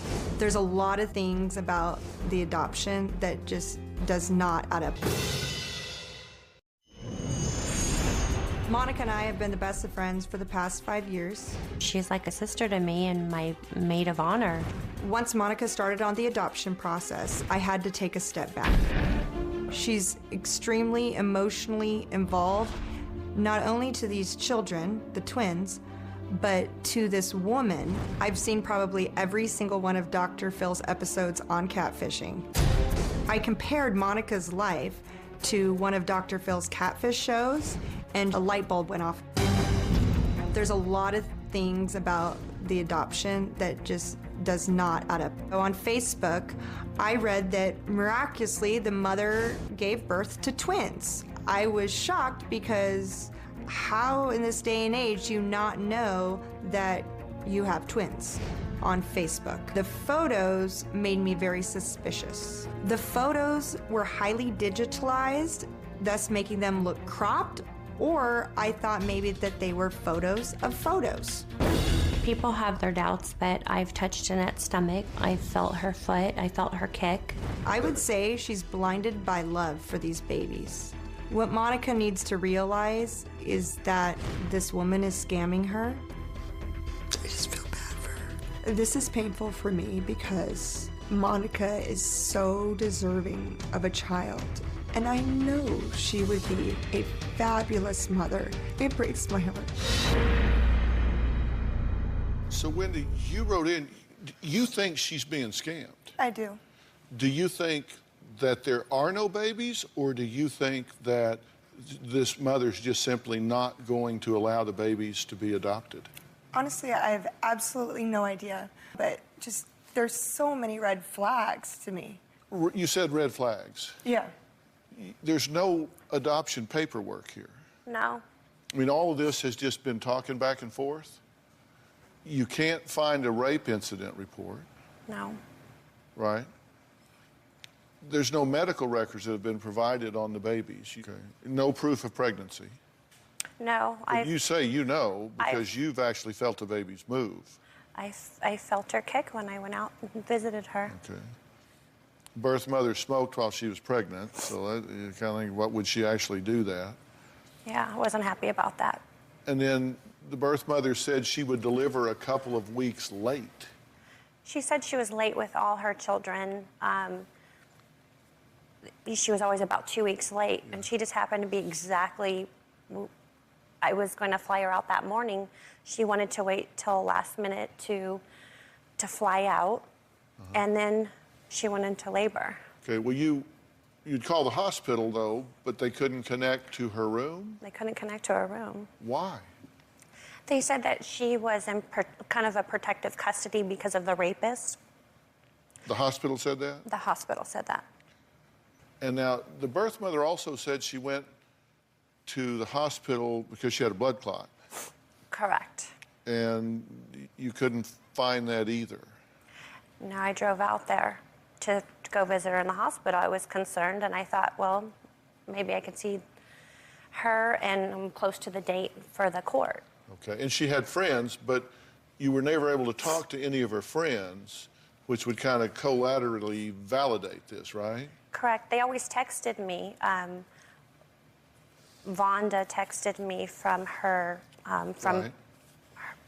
her cell phone number, and a friend named Anita would text from Danette's cell phone. She said she didn't have one. What do you know about this Danette? I've been out there. I stayed for a week to visit her, and she was nice. I mean, she's easy to get along with. She seems like she loves her kids. She's, having a hard time financially, but She seemed like a genuine person to me. And you felt her stomach and you felt the kick. I did. She's visible and you Yes, felt she the lifted kick. her shirt and she says, "Do you want to fill your daughter?" And I said, "Absolutely." Why Craigslist? Why not go to an adoption agency? Why not register, go through the process, do whatever? Why go this way? I was wanting to do different avenues of it, and she Why? just happened to contact me. Well, why do different avenues? Well, I was online one day on Craigslist, and I noticed an ad for adoption, and I thought, why hadn't I tried that? What's really going on with these twins? Well, the answer to that lies in Danette, and she is here. We're going to meet her when we come back.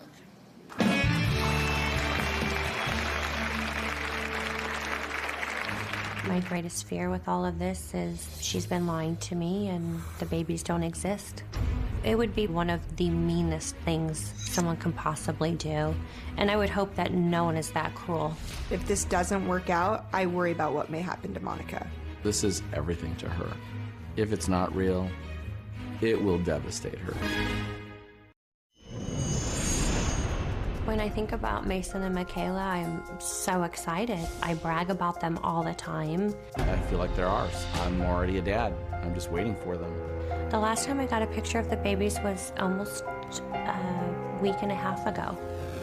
The babies are getting bigger. They both have completely different personalities. Danette's told me Michaela is very independent, and she is the stubborn one, and that Mason doesn't like to be fussed with. When I see the picture of Michaela, I think that she's my beautiful daughter.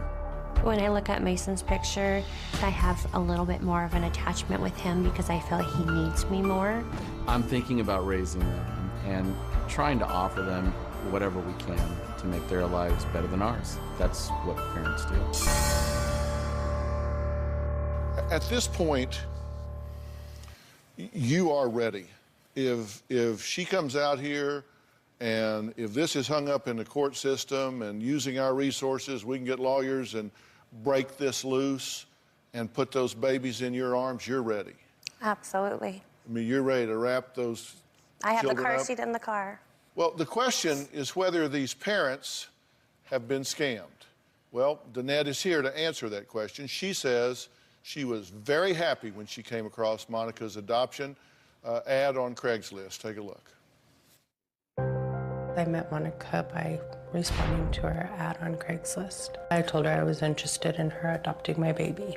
I found Monica's personality very attractive and we just clicked. My relationship with Monica was like having a best friend, another sister. I thought Monica was a really great person, that she'd make a good mother. She was funny and nice and kind and caring and just a good person. I always ensured Monica and Max, no matter what happened, everything would be just fine and that they would get the babies. Okay, Danette is going to come out and join us right now. Danette, Dr. Phil, good to meet you. Nice to meet you. Have a seat right here. I'm glad you're here, and I've been talking to Monica and Max, who you know. This is her best friend, Wendy. Okay. Had you met Wendy before? No. No, okay. Now, I want to be sure that I have the history right here in terms of what you've shared with her across time. You've told her that you were raped, and from that rape you were impregnated. You told her that, correct? Yes. And you've told her that you have cancer. Yes. Okay. You've told her that the baby, the little girl, Michaela, could be born autistic. Not sure, but could be. Yes. Okay. That you have two friends, Vonda and Anita, who help you, right? Yes. And you've never met them, but you've texted with them. Correct. Okay. And that unexpectedly you had twins, correct? Yes. You told her that wasn't foreseen. You didn't lie about the second baby, you just didn't know about it. You delivered naturally without an epidural, and the boy was 3.4 pounds, and the girl I had 8 pounds, 9 ounces. You say it was 9.7. And because Mason was underweight, needed extra care, and that the rapist paid a $50,000 bond the day he was arrested, and that his motive for raping you, you explained to her, was because he wanted children. Yes. And that you have a twin sister yourself. Yes. You told her that.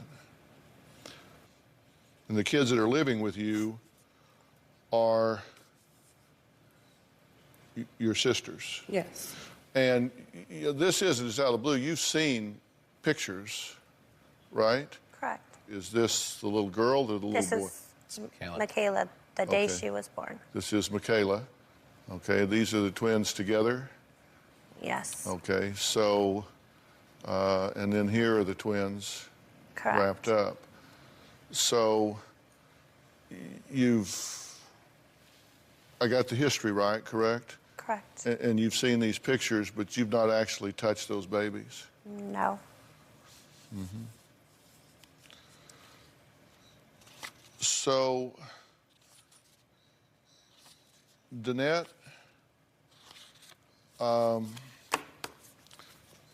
let's just talk turkey here. Is she ever going to touch those babies? No.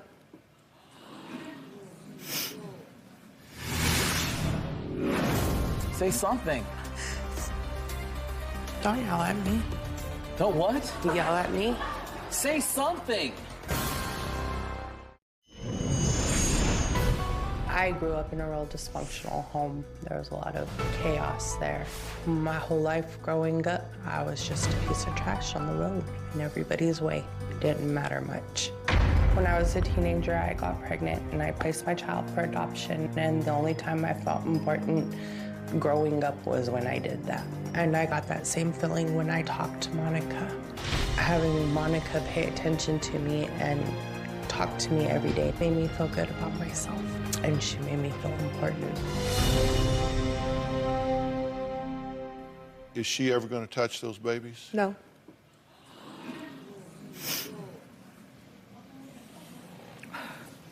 And why is she never going to touch those babies? Because they don't exist.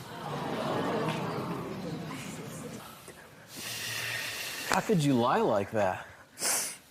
How could you do that?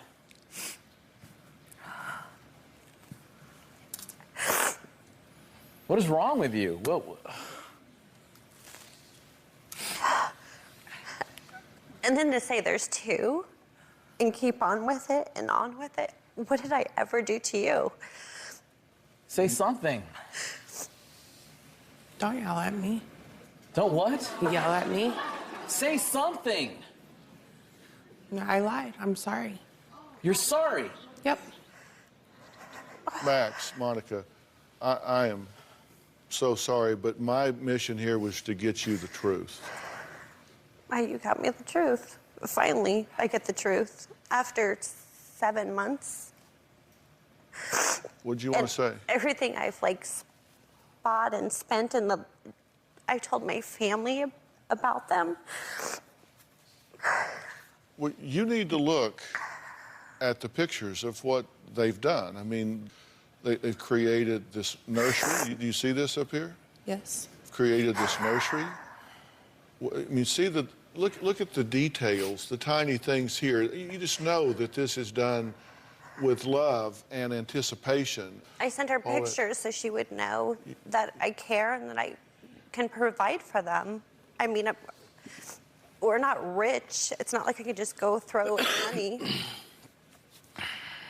Why? That's a fair question. He wants to know, she wants to know, Wendy wants to know, the world wants to know. Why would you do this to these people? I wanted a friend, and I went about it the wrong way. And when the story got out of control, I couldn't stop it. You wanted a friend. Mm-hmm. Go on Facebook. There's lots of friends there. So I mean, seriously, you thought you would befriend her, and this would make her want to be your friend. If you were going to give her her life dream, then she would want to be your friend. Right. Ultimately, this story hits a wall, right? Ultimately, you have no baby to produce. Right.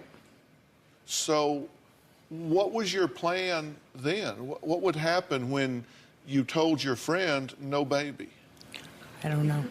I didn't think of that. But now, hang on, and I'm not going to yell at you, but I want you, these people are entitled to answers. Do you agree? Yes. And I don't accept what you just said. You said, I didn't think of that.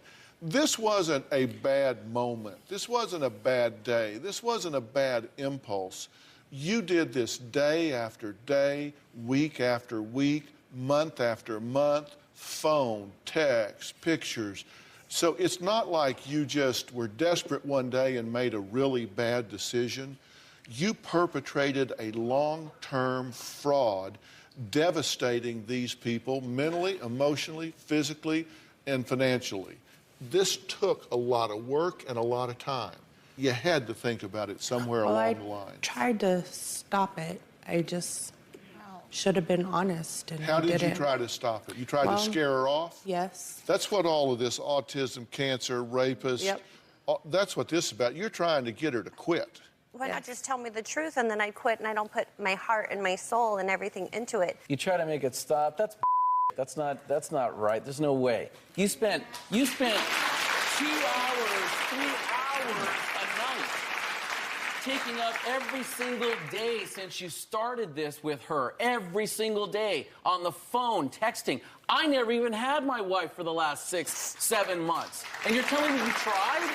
You're out of your mind. And what you're saying is you thought you would make it so bad she would quit. Yes. She'd say, oh, autism, don't want it. Twins, no, don't want. Oh, one of them's like half the size of the other one. Don't want the problems, don't want the trouble. Just you say thought you you'd run her lost off them. that way. Just- And then you don't have to be the bad guy. She quits. Right.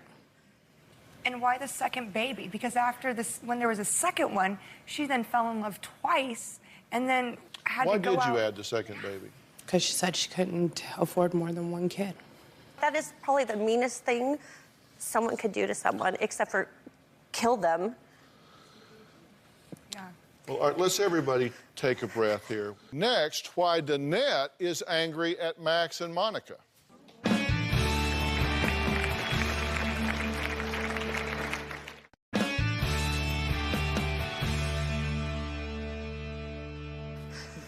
I'm here with Monica and Max and Monica's best friend, Wendy. Danette is here, who has just confessed that for months she has been working to adopt out her first thought to be child, then thought to be twins, to this loving couple here. She has just confessed that these children never existed. Not 1 minute of 1 hour of one day did they ever exist. The entire thing was a lie. The entire thing was a fraud. What did you get out of this? What was your payoff? Had an adult to talk to.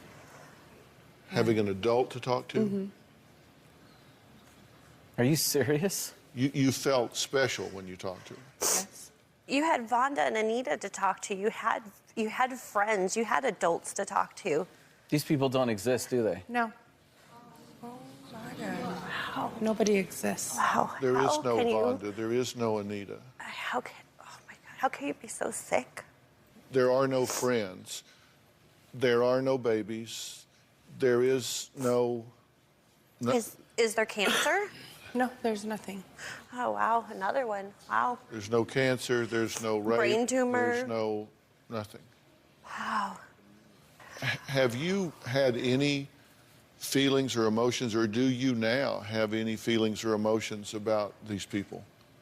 What you've done to them? Do you have any guilt? Do you have what are you feeling right now? I am very sorry, and I do feel bad that I hurt them. I feel very bad. I'm a little nervous. Why? I'm angry with them. I'm sorry? I'm angry with them. You're angry with them? Yes. What are you angry with them about? Because I didn't think it needed to go this far to come here. You made it go this far. I mean, I just was trying to get us help so we can get the babies home. It had to go this far because you weren't going to stop it, and she's believing it. And you were preying on her, on her generosity and her kindness and her loving nature. Yeah, but you're not going to just sit here and make me out to be a monster either, because I'm I don't not. need to make you out to a monster. You are a monster. No, I'm not. You're an absolute monster. You're worse than evil. You came here in hopes of what? Finding out the truth, Taking home our babies. Yeah. You've watched this show a lot, right? You've watched this show a lot. You never miss the show. Never miss the show. So you figured, I will come here and with his resources and Absolutely. influence, contacts to people, whatever, then Yes. he'll break this loose. Absolutely. He'll get into the court system or what. He'll break this loose in some Yeah. way. I'm going to get the truth or I'm going to get action one way or the other. Of course. I'm not some crazy person. I made a mistake. So your position is that this just ran away with you. You didn't intend. I didn't intend for it to go this far or anything like that. I didn't sit there and make some crazy master plan to run somebody's life. That wasn't what it was at all. When it got that way, I didn't know. I didn't have the guts to come out and say it straight out. So I thought I would run her off, and that didn't work. But you wanted a friend. Why would you want to run me off? You didn't have Like, a why didn't crazy you- plan. You every day you planned. What do you mean you didn't have a plan? Next, Danette sent Monica pictures of her twins. Wait until you find out where those pictures are really from.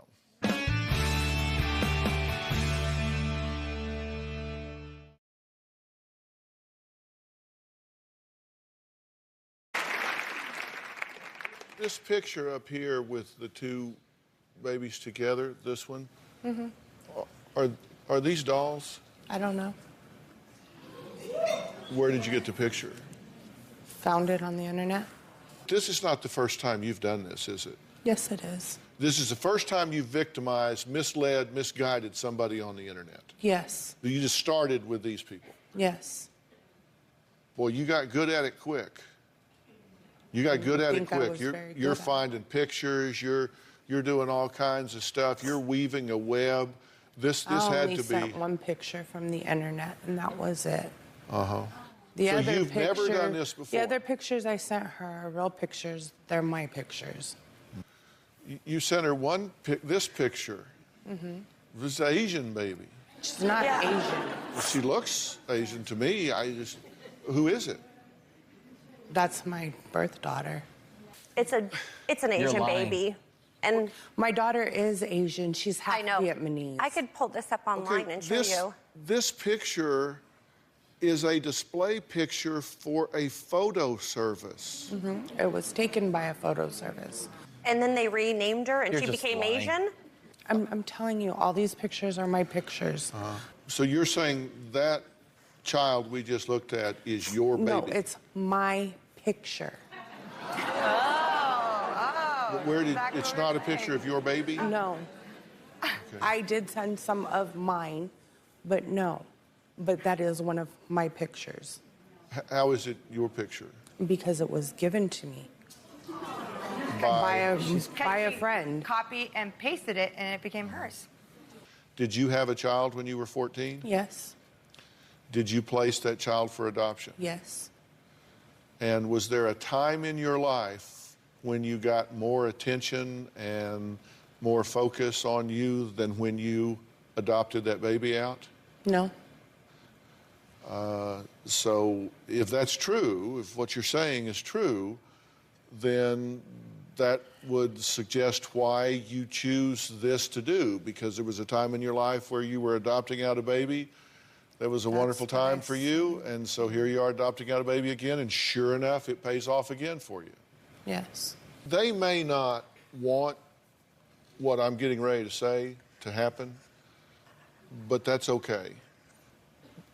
I try to help everybody, and you need help. Do you agree with that? That for you to select this idea, to perpetuate this idea, to put these people through this excruciating emotional pain and continue in it, whether you say I got caught up in it or whatever, would you agree that that's not healthy?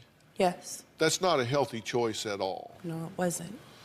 And the fact that you can do this to these people and not have remorse and guilt and pain and say you're angry for being held accountable tells me that... I'm not angry for being held accountable. That's where you're wrong. I'm angry because I took it as far as I did. I'm not angry per se at any person other than myself. I'm angry at them. I'm angry at them for calling the show. And that's the Well, only actually, they reason. did and she did. I did. You guys can think whatever you want. You can say whatever you want about me, but you're not me. And you don't know what I really feel or what I think. And all the anger and everything else that you feel, I can't ever say sorry enough. The biggest thing I'm sorry about is, besides the fact that I lied, is that you're a really awesome person. And the 7 months I spent with you, hanging out, talking, everything, made me feel really good. I'm not trying to be selfish by saying this, but I appreciated your friendship a lot. I wish I would have had the guts to tell you the truth. I wish I would have never done it. You don't have to believe me. I don't expect you to. I don't expect anything from you other than to say I'm sorry. You didn't have a friendship with us. You stole a friendship, is what you did. Beyond anything else, I can't imagine anything but evil that can generate what you did. If I offer to arrange you some professional help, to have you appreciate the nature, the gravity of what you've done here, and to try to heal whatever inside you is broken so that you don't do this to anyone else and or yourself again, will you take that help? Yes. Because I think you really, really need help, and I want to really, really help you with that, okay? Yes.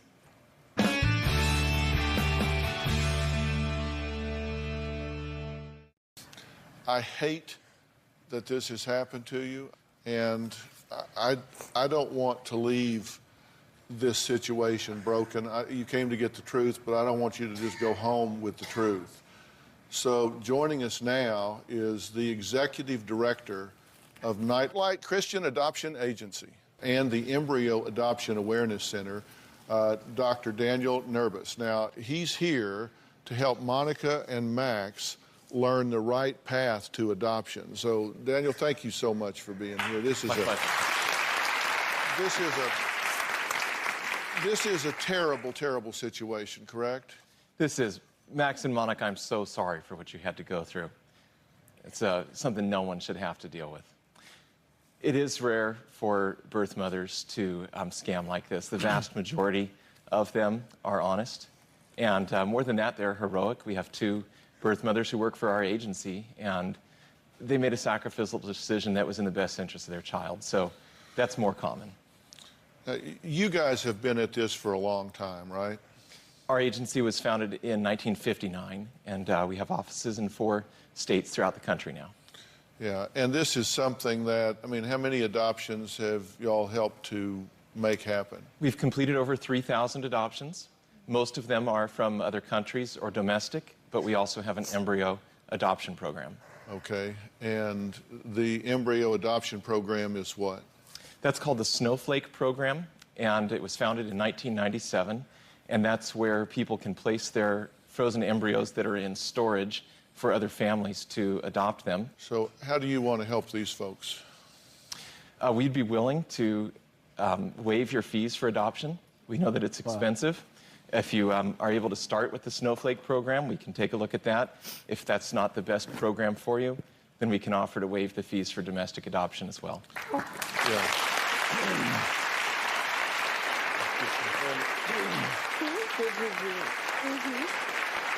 You know, to give you a sense here of what he's talking about, you know, typically the adoption fees for domestic adoption are around $8,000. The fixed birth mother expense fund is like $5,000. The embryo adoption is like $8,000. I mean, just depending on what fits for you and where you want to go. And what the good doctor is saying here is that we want to make a gift of all of that to y'all. Let's do this the right way, right down the middle of Main Street. All of the fees are taken care of. This will be a top priority, and we will connect you with the baby that you guys deserve. Can we do that for you? Yes. Thank you. Can we do that for you? No expense to y'all. We'll take care of it. Okay? All right. And we expect an update very soon. All right? I'd like to thank all of my guests today, especially you, Doctor. Thank you so much for being here. For more information on today's show, you can visit drphil.com. We'll see you next time. Monica, thank you. I'm so sorry. Thanks, man. Thanks. Thanks so much. Bye-bye. Thanks, guys. Yeah, thanks so much. Bye-bye.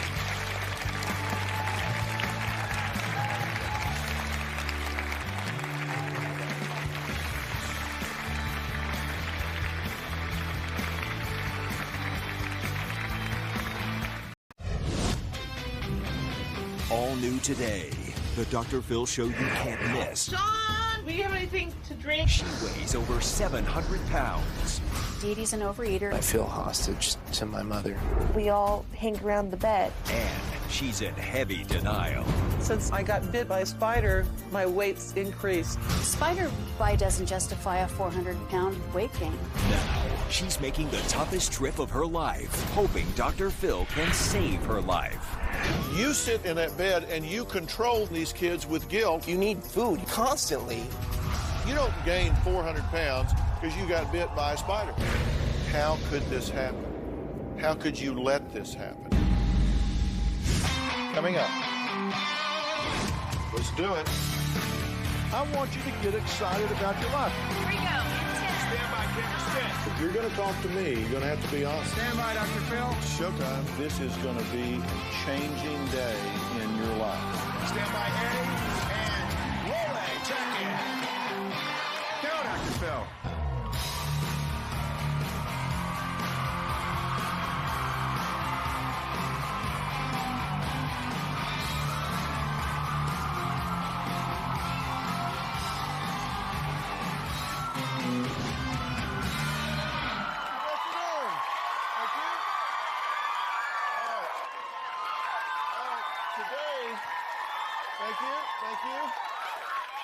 Today is a very, thank you. All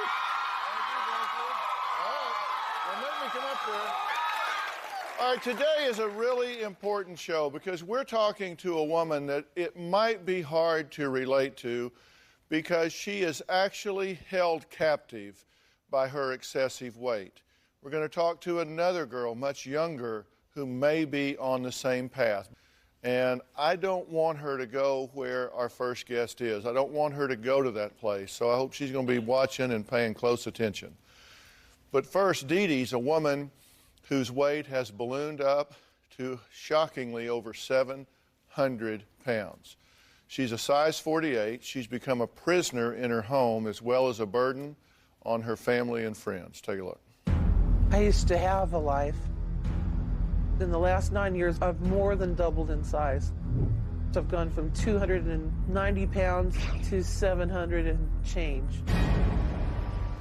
9 years ago, I got bit by a brown recluse spider, and bam, no matter what they treated it with, my leg got worse. My leg is so swollen or so painful, and I can't move it. The swelling got so bad that it compromised my circulation. I couldn't breathe. I couldn't walk. I had to give up work. Since the time I got bit by the spider, my weight's increased to over 700 pounds. Cher is one of my only friends that comes to visit me anymore. Spider bite is a legitimate problem, but it doesn't justify a 400-pound weight gain. Dee Dee's an overeater, and she always has been. When I was bit by the spider, my husband had to take the second job, and my son and daughter had to take care of me. They were really just children, so they started bringing food, trying to comfort her. She just sat and sat and sat and ate and ate and ate to the point where she can barely move. I'm no longer a mother and a worker and a wife. I've become a burden. The mantra is poor me, poor me. Dee Dee operates on self-pity, guilt, shame, and pressure. Sean! The only time I have for myself is school. Jamie! If I want to be by myself, she accuses me of not loving her. I resent her for that. Jamie, do we have anything to drink out there? The kids have cell phones, and so she calls them throughout the day. Head to the freezer section first. Can you get 2 of each of those? Can you head to the dairy aisle? Can you get all berry flavors? Wild berry, strawberry, blueberry. My mom has me buy a lot of things that we shouldn't have. Everything in the house is a snack. We have soda, cereal. We always have M&Ms available, Ritz crackers, and huge blocks of cheese. My metabolism is so bad at this point that I hardly eat anything, and I still don't lose weight. She's just embedded in denial. Dee Dee eats when she's alone. She has a refrigerator right next to her bed and a big jar of M&Ms at the foot of the bed. Maybe somebody needs to wire her mouth shut.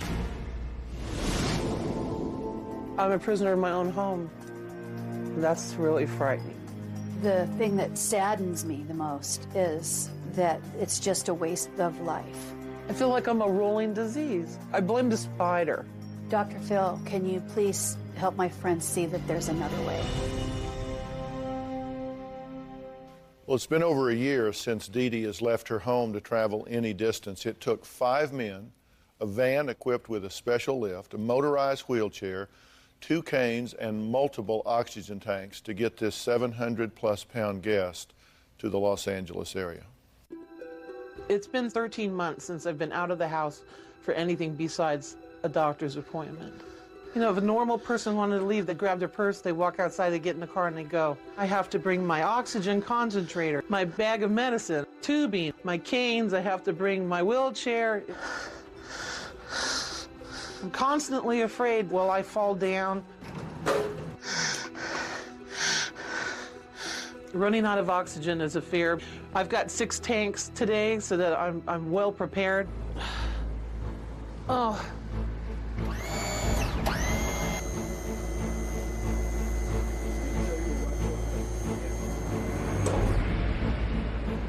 Okay, it's not gonna move anymore, right? Oh, okay.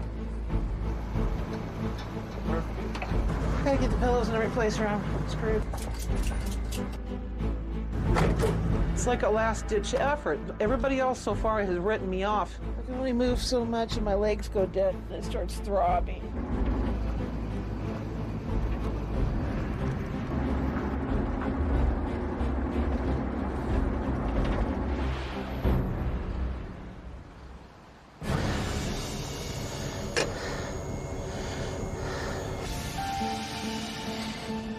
You okay? It's been a long time since I've seen Hollywood. I used to love to come down here when I was younger. Oh, hi. Renaissance. Thank you I was very much. thinking it may be a little tight to come in this way, but I have a side door on the Johnny Grantway side, which Okay. leads to the lobby as well, okay? It's difficult to appear in public because you cease to become a person. It should be just 1 king-size bed. Is that okay? Or do you need 2 double beds? You're just, wow, that big person, you know. Checking into a hotel should be a fun experience, but it's not when you're large like this. It ain't gonna work, is it?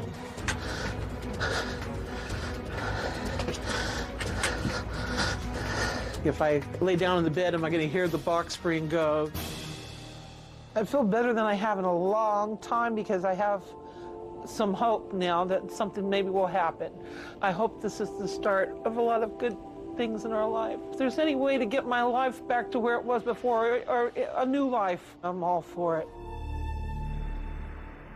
Well, next, Dee Dee has made it safely to the studio, and we'll meet her when we come back.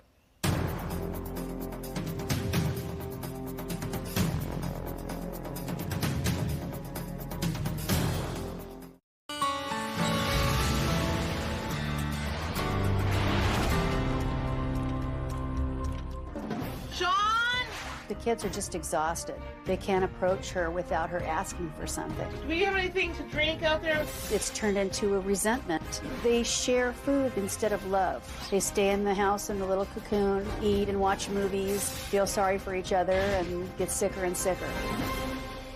We're talking about women who are up against the biggest battle of their lives, their weight. Now, Dee Dee is 700 plus pounds, and it took a tremendous effort for her just to be here today.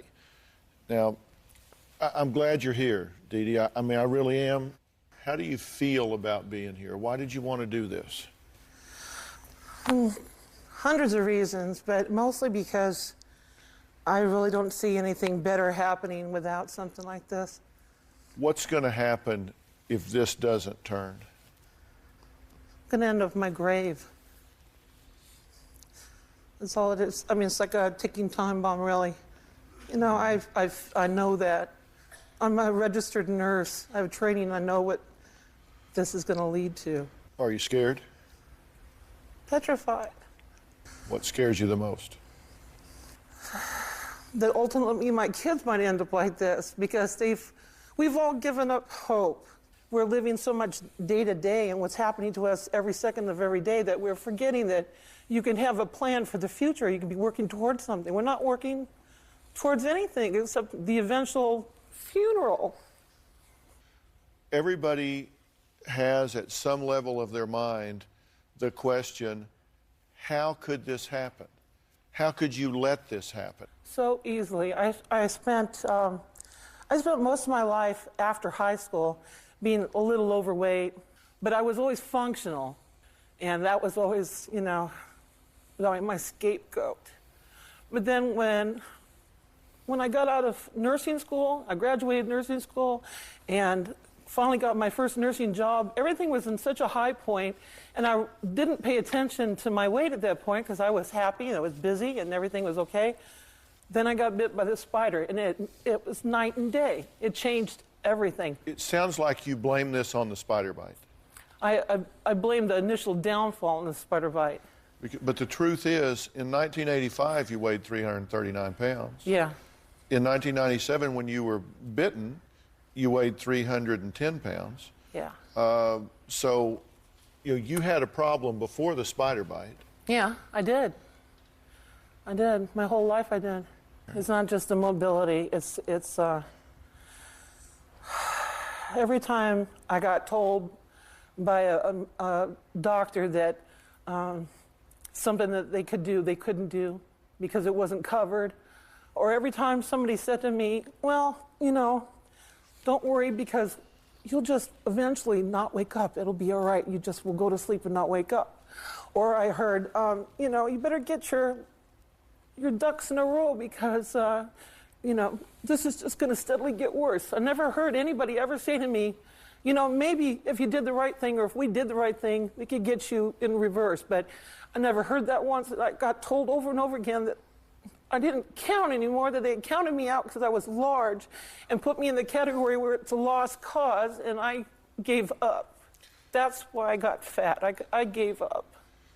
What do you think I'm going to tell you? You think I'm going to tell you that? You know what? I just love you. I have watched you on Oprah. I've watched you on your show, and I know you don't take any bull from anybody, and you hone in on exactly what the problem is, and I'm depending on you to do that to me because I've lost my proper objective of what's going on with my life. I've gotten so used to being depressed and upset about what's going on and angry that I've lost my soul to this thing. I don't have the same... it's like you ever look at somebody like they have a great little twinkle in their eye. I lost it. It got robbed. And I helped it. I know I helped it along, but it was really taken away before I was ready for it. Well, take a good look in my eye, because I got enough twinkle for both of us. Good.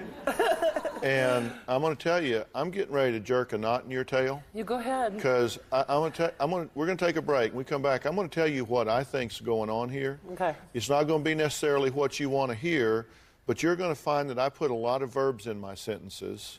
I could out-metaphor you any day of the week. Yeah. Yeah, as long as you're doing it in a trot, that'll be good.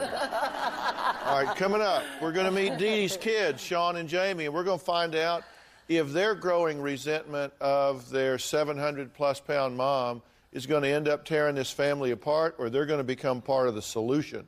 Right now, they are a big part of the problem. We'll be right back.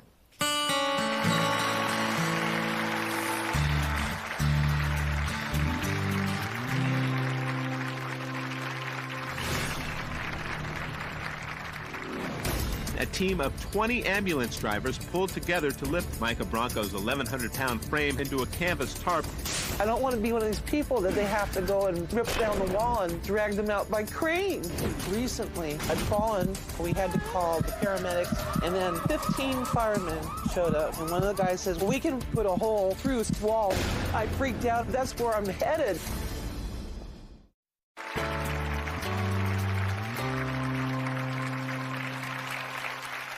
Well, we're talking about how morbid obesity can drag down the dynamics of an entire family. I've often talked about if one member of a family has a severe problem, the whole family has the problem. And boy, is this an example of that.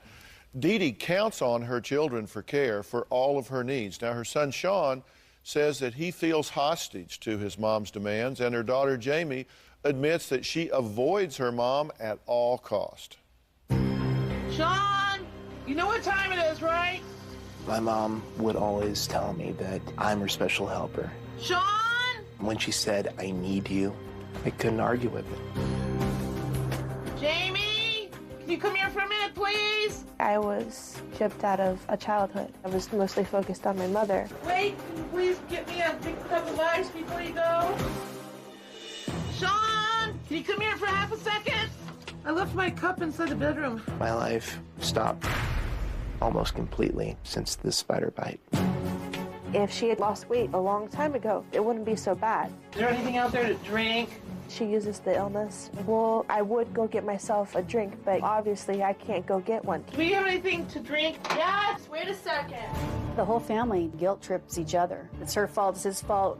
I feel I'm a bad son if I complain. Sean, can you hear me? I feel hostage to my mother. Sean! We all hang around the bed. My mother doesn't like to be alone. My mother's bed is practically our kitchen table. I love my mother, but my mom is killing herself with food, and I'm going right along with her. Jamie and Sean, welcome. Tell me what you're thinking right now, Jamie. Well, basically this is all like a big fog, like it's not really happening. What's not happening? That my mom's not going to leave me. That she's always going to be around. It's just... she should be there all the time. Sean, what are you thinking right now? I'm thinking that, you know, I am kind of held hostage, but not at gunpoint. It's only that I love my mother so much that I help her when others can't. And when she's disregarded, I feel even worse, and I help her more because she needs it. I can't say no. What do you think I mean when I say you're part of the problem? I don't speak up enough. I don't, you know, say no. When she needs something and I know that she's hungry, I don't want her to go hungry. I don't feel that it's right of me and just to inflict, you know, pain onto her. And I don't think that there's anything else I can do because I am her only help. And you say that you want to be a good son, and a good son helps. Yes. But you think she manipulates you. You know, she'll say, why don't you go get some food? And, you know, that's really just kind of to get you moving that way, so you'll bring her something. She'll ask if I'm hungry, and I'll say no most often. And she'll say, well, you know, she'll hint at that she's hungry. And how can I, you know, I don't feel like that it'd be right for me to, you know, not attend to her needs. Jamie, does she make you feel guilty? Yeah, the same thing. She'll ask, you know, are you hungry? I know that's code for, you know, can you get me something? But I'm always the one neglecting to get her something because I feel that if I'm not hungry and we ate at the same time, that she shouldn't be hungry after that. Mm-hmm. Food's kind of a social thing with me too, though. That's another reason why I ask if they're hungry, because I don't like to eat alone. Yeah. So I ask them to get something and sit down with me, and we'll have a bite to eat and talk for 5 minutes before they bolt out into the world. Yeah. Do you think you're controlling? I think I feel like I have to ask too much. Do you think you're manipulative? Sometimes I use a little bit of guilt if I think they should feel sorry about something they've done, but other than that, I don't use, guilt to go raid the refrigerator for me. You know that's not what I'm talking about. I'm talking about, do you control these guys through guilt and manipulation and just a controlling nature of telling them what to do, how to do it, and guilt-inducing them like, you don't love me if you don't do what I want you to do when I want you to do it? No, I don't feel that I do. You don't feel that way? I don't. I do feel like that sometimes. I do feel like... Do you know that both of them feel that way? Yeah, I hear it, and I know. My daughter and my son are like night and day on this subject. I got to take a break, but I want to talk about this some more. Okay. Look, this can get into a lot of finger-pointing in this family, but the fact is that I have a very clear view, and I'm not saying that I'm right, but you're not going to have to guess at what I think is going on here. All that when we come back.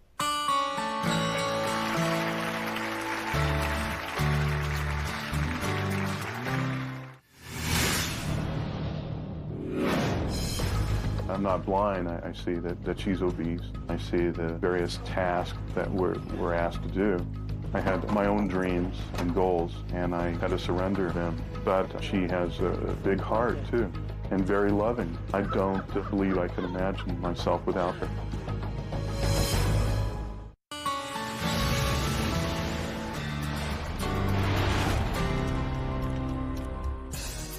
We're all just clinging on with our fingernails. We want to get out of the house. We want to have normal lives, and none of us are normal anymore. I'm focusing on getting out of the house, even though my mom thinks I'm going to be here till I'm 26. I don't want to have to be her caretaker.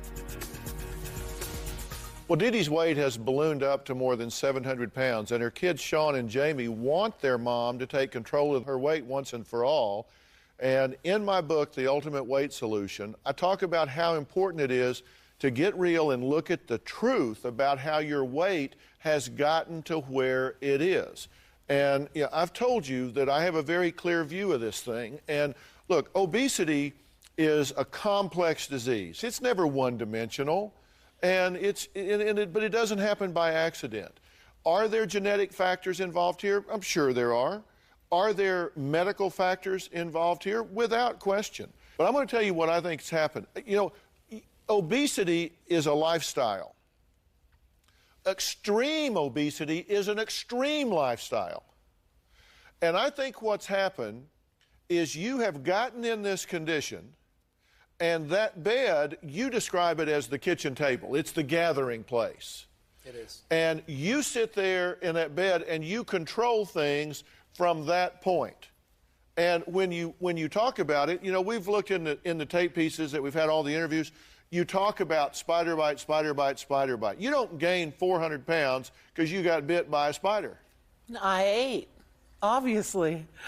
I don't blame anybody else for that. Yeah, I'm the one that put the food in my mouth. You do. You do blame others. You said it's because of stupid, incompetent doctors. No, not actually stupid, incompetent HMOs that wouldn't let the doctors do what I needed. Okay, well, all right, insurance companies, HMOs, the doctors, they control whatever. But do you believe that you're in a position where you are controlling these kids with guilt, and you say no? Yeah, and your kids do feel guilty. They don't want to front mom out. You said a good son helps. Define help. A good son, supplies, I help everyone. I don't just help my mom, I help everyone. I help my uncles, I help my aunts, I do whatever she needs outside of the house too. But it's only because I feel like I should. I think that a good son is somebody who, brings what you need. You need food, you need water. Constantly. I have a really good friend, a guy that I respect a lot. Dr. Ignarro. He won the Nobel Prize. and deals with heart health and all of that. He says that your mom has a 5-time greater risk of heart attack and death than a normal person. 5 times normal. At this point, given your age, if you're lucky, statistics suggest that your life expectancy, if you don't have a heart attack, it's something that could just happen any moment, that your life expectancy has been shortened 40 years. 40 years off your life expectancy, meaning that you're down to single digits of statistical life expectancy at this point if something doesn't happen. And you say, I feel like I need to be a good son, I need to help, then you need to start helping me help your mom. Of course. You cannot enable her. You cannot allow her to guilt-induce you. And see, you and I are going to be in a tug-of-war here, but it's not me against you. You and I are on this end of the rope. On the other end of the rope is your lifestyle, your momentum, your addiction, your deception and delusional thinking about what's going to happen and how you're going to do what you have to do. I'm going to ask you to do things, and you're going to complain about it. Not. Yes, you are. No, yes, no. you are. You're going to No, complain. not. You're going to bitch to them. You're going to complain to your friend. You're going to raise all kinds of hell over things that I'm going to ask you to do, isn't she? Yes, I think she will. I don't. I'll tell you why. Hold on. I've tried many, many, many times to cut caffeine, Coke, Coca-Cola. Nothing drug-related, nothing like that. Anyway, so I've tried to keep that out of my life, but I can't keep it out of theirs because I can't force them to, deny themselves a soda. We can't have caffeine-free because, that would take away the caffeine. And she gets a headache and then complains about it, and I have to run out to the store just for soda. If I know for a fact that you're actually working on this with me and that we're actually on the same page, you're not going to hear complaint out of me. I'll tell you right now. My biggest complaint was that nobody listened to me. I have not counted myself out, and I know I have the capability of getting well with the right help. If I bring you the doctors that give us the information we need about you hormonally and biochemically, will you see them? Absolutely. Okay. If I outline for you the realignment of lifestyle, the change in your eating habits, the things that are so critical and important, will you do that? Absolutely. Do you think I know what I'm doing? I do. I'm going to bring you exercise physiologists. I'm going to bring you cardiologists. I'm going to bring you nutritionists. I'm going to bring you everything that you could possibly need to turn this around. Bring it on. I'm okay? ready. Now, here's the question. Are you going to allow her to manipulate you, or when I outline what it is she needs to do, will you be my eyes and ears in the home to do what needs to be done? I'll be your drill sergeant. You will? Yes. You will, even though she says, oh, come on, I got a headache, I need some caffeine, I need this, I need that. If I say, no, that's not what the nutritionist has lined out for her, you're going to say, no, I'm not helping you by enabling you. You're going to stand your ground. Yes, we've never had a goal before. Okay, well, you're going to have one now. It's going to be very, very specific. You're going to clean that house out. There's not going to be anything in there except what you're supposed to eat, when you're supposed to eat it, and the way you're supposed to eat. We're going to clean up the environment. We're going to start doing all the things that need to be done, and you're going to help. Yes. And this lady's my cop right here, okay? You couldn't pick a better cop than this one, let me tell you. There's already a cop in the house. Okay, so you're gonna stay the course. You've got my word on it. Well, no, I've got your on taped. national television. I've got you your my taped word on it. It's what I've got. I've got your taped word. All right, we're going to add to this show here a 14-year-old girl who weighs 419 pounds. She fears her dangerous overeating will lead to early death. We don't want her to be where you are. And we're going to talk to her when we come back.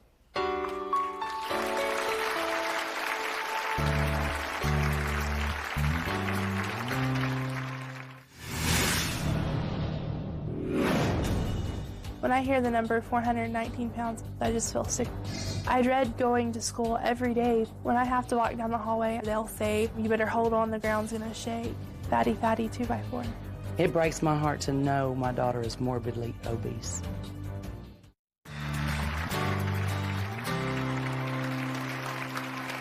Today we're talking about what happens when food takes over your life. Now, Maylin is only 14 years old and already weighs 419 pounds. Now, her mother, Sherry, admits the word no is just not in her vocabulary when it comes to depriving her daughter of food.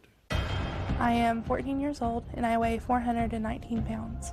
I dread going to school every day. When I have to walk down the hallway, they'll say, "You better hold on, the ground's gonna shake." Fatty, fatty 2x4. But they don't know what it's like to have this problem or to walk in these shoes every day. I don't act like it bothers me, but when I come home, I just burst into tears. It breaks my heart to know my daughter is morbidly obese. I think a lot of the weight problem is my fault. I don't want to hurt her, so I don't say anything about how she eats. Fast food has always been a part of Malin's life. I work 60 to 70 hours a week at a fast food restaurant. I work with my mom at a fast food place. I don't serve her the food she needs. I serve her fast food because it's convenient for me. I like to eat just about everything. Cheeseburgers, hot dogs, corn dogs, pizza, ice cream, cakes, pastries, pie, cookies. I'm afraid of eating myself to death. I don't restrict her eating because if I restrict her, I'm telling her no, and that's not in my vocabulary with her.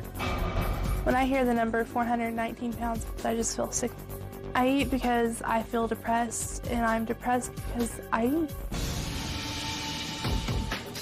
I really love dancing, even though I am heavy, but I started getting self-conscious. The clothes that the team wanted to wear was too short and a little bit too revealing for me.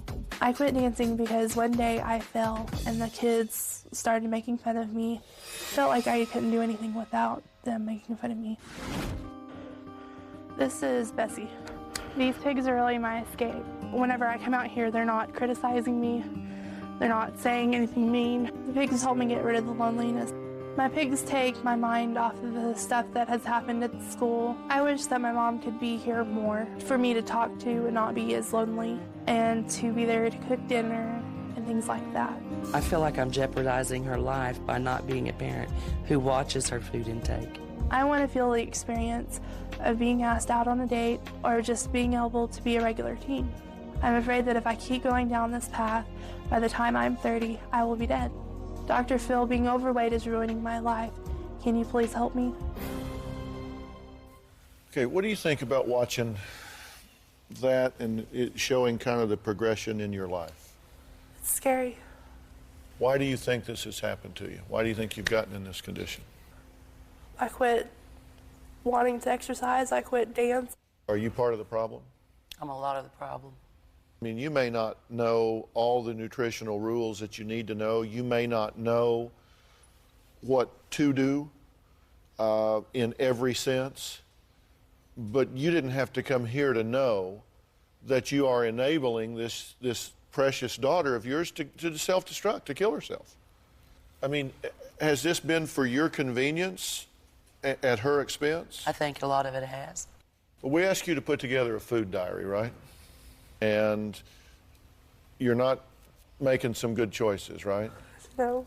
All right, we're going to talk about all of that when we come back, and we're going to be very specific about what you can do in some isolated areas to make a huge difference. Because I think you guys are dealing with a lot of lack of information here. You don't have knowledge about what you need to do. You don't have a plan. And so days are just turning into weeks, and weeks are turning into months. And all of that is just getting you bigger and bigger and bigger. And we'll tell you how to stop that. We'll be right back.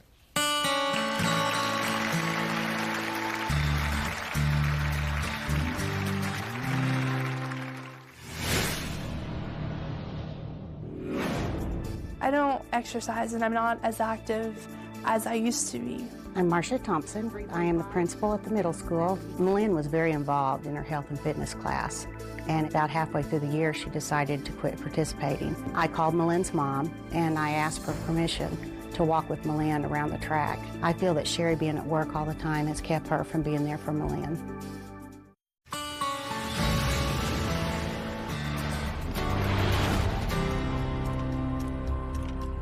My mom, she never actually told me to stop eating. If it's in my house, she knows she can have it. There's no restrictions.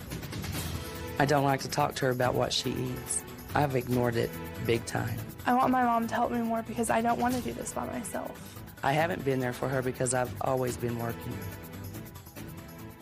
All right, we're talking about what happens when a young girl's biggest burden is her weight. Now, Maylin weighs 419 pounds, and she's only 14 years old. Now, this right here represents what you drink in terms of soda in a month.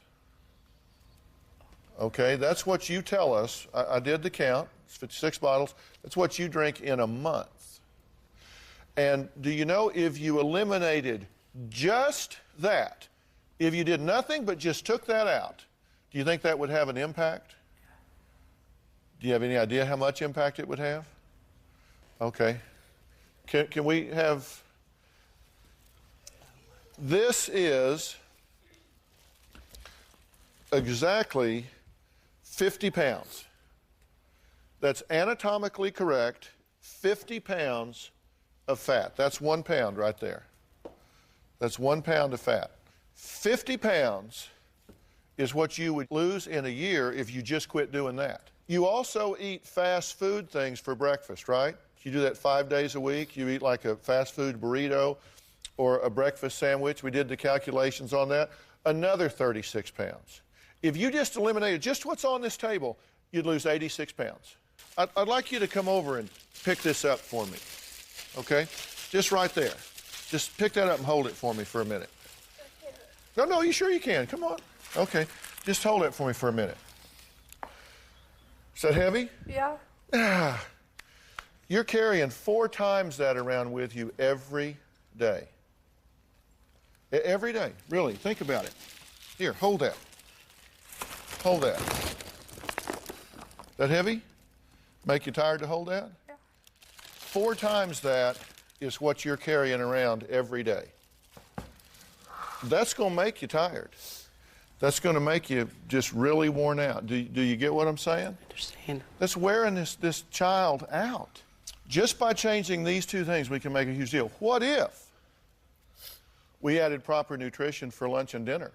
What if we added intentional exercise every day? What if you had another way to control your thinking and your feeling so you didn't need to medicate yourself with food? Wouldn't that be exciting? You can lose so much weight so early in a healthy, normal way by changing your lifestyle and what you do, you just won't know what to do with yourself. You just might have to start dancing again. You just might have to start finding a boyfriend. You just might have to start getting out of the house and socializing with friends. You just might have to reclaim your life. What would we do then? We would have to smile and not be depressed and anxious. Are you willing to do that? Yeah. If I do those things, if we get you nutritional help and exercise help, will you embrace it and do it? Yeah. With a vengeance? Yes. Because isn't the truth that you just need a plan? Isn't that what you want, is a plan and some help? And you'll be part of the solution and not part of the problem, right? I'm right there behind her all the way. You could join her. I'd like to. All right. My plan for Maylin and Dee Dee's kids, Sean and Jamie, when we come back. All right. We can turn this around. Okay, we've been talking today about extreme situations, and you know what happens, and I think it's so true with you, Maylin, is you kind of get overwhelmed by it. So I want to get you some help, all right? So we started out with Fidelity Health and Fitness, which is in y'all's town. We have arranged for y'all to have a 2-year membership there, mother and daughter, with personal trainers that are going to work very consistently with me and with the Ultimate Weight Solution plan for realigning your lifestyle. And then we also have a gentleman that's worked with us a lot by the name of Robert Reams.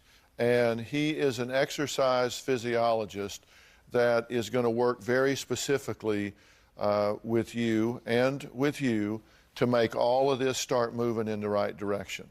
Okay?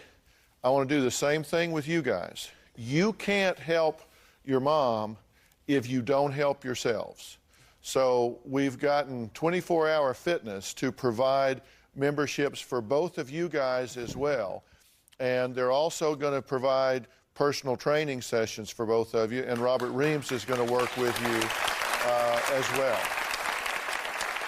And I really want to thank Robert because he's agreed to work closely with all of our guests, nutritionally and exercise-wise as well. Now, Dee Dee, major plan here. We're going to start medically. We're going to start cleaning up your environment. We're going to start doing all steps in the Ultimate Weight Solution. And we're going to help your kids get in shape so they can know what to do for themselves, so they can know what to do with you as well. So we've got a plan. DrPhil.com is going to list some of the important steps you've got to do to determine if you're ready to take control in your life. Thanks for being here. We'll see you next time.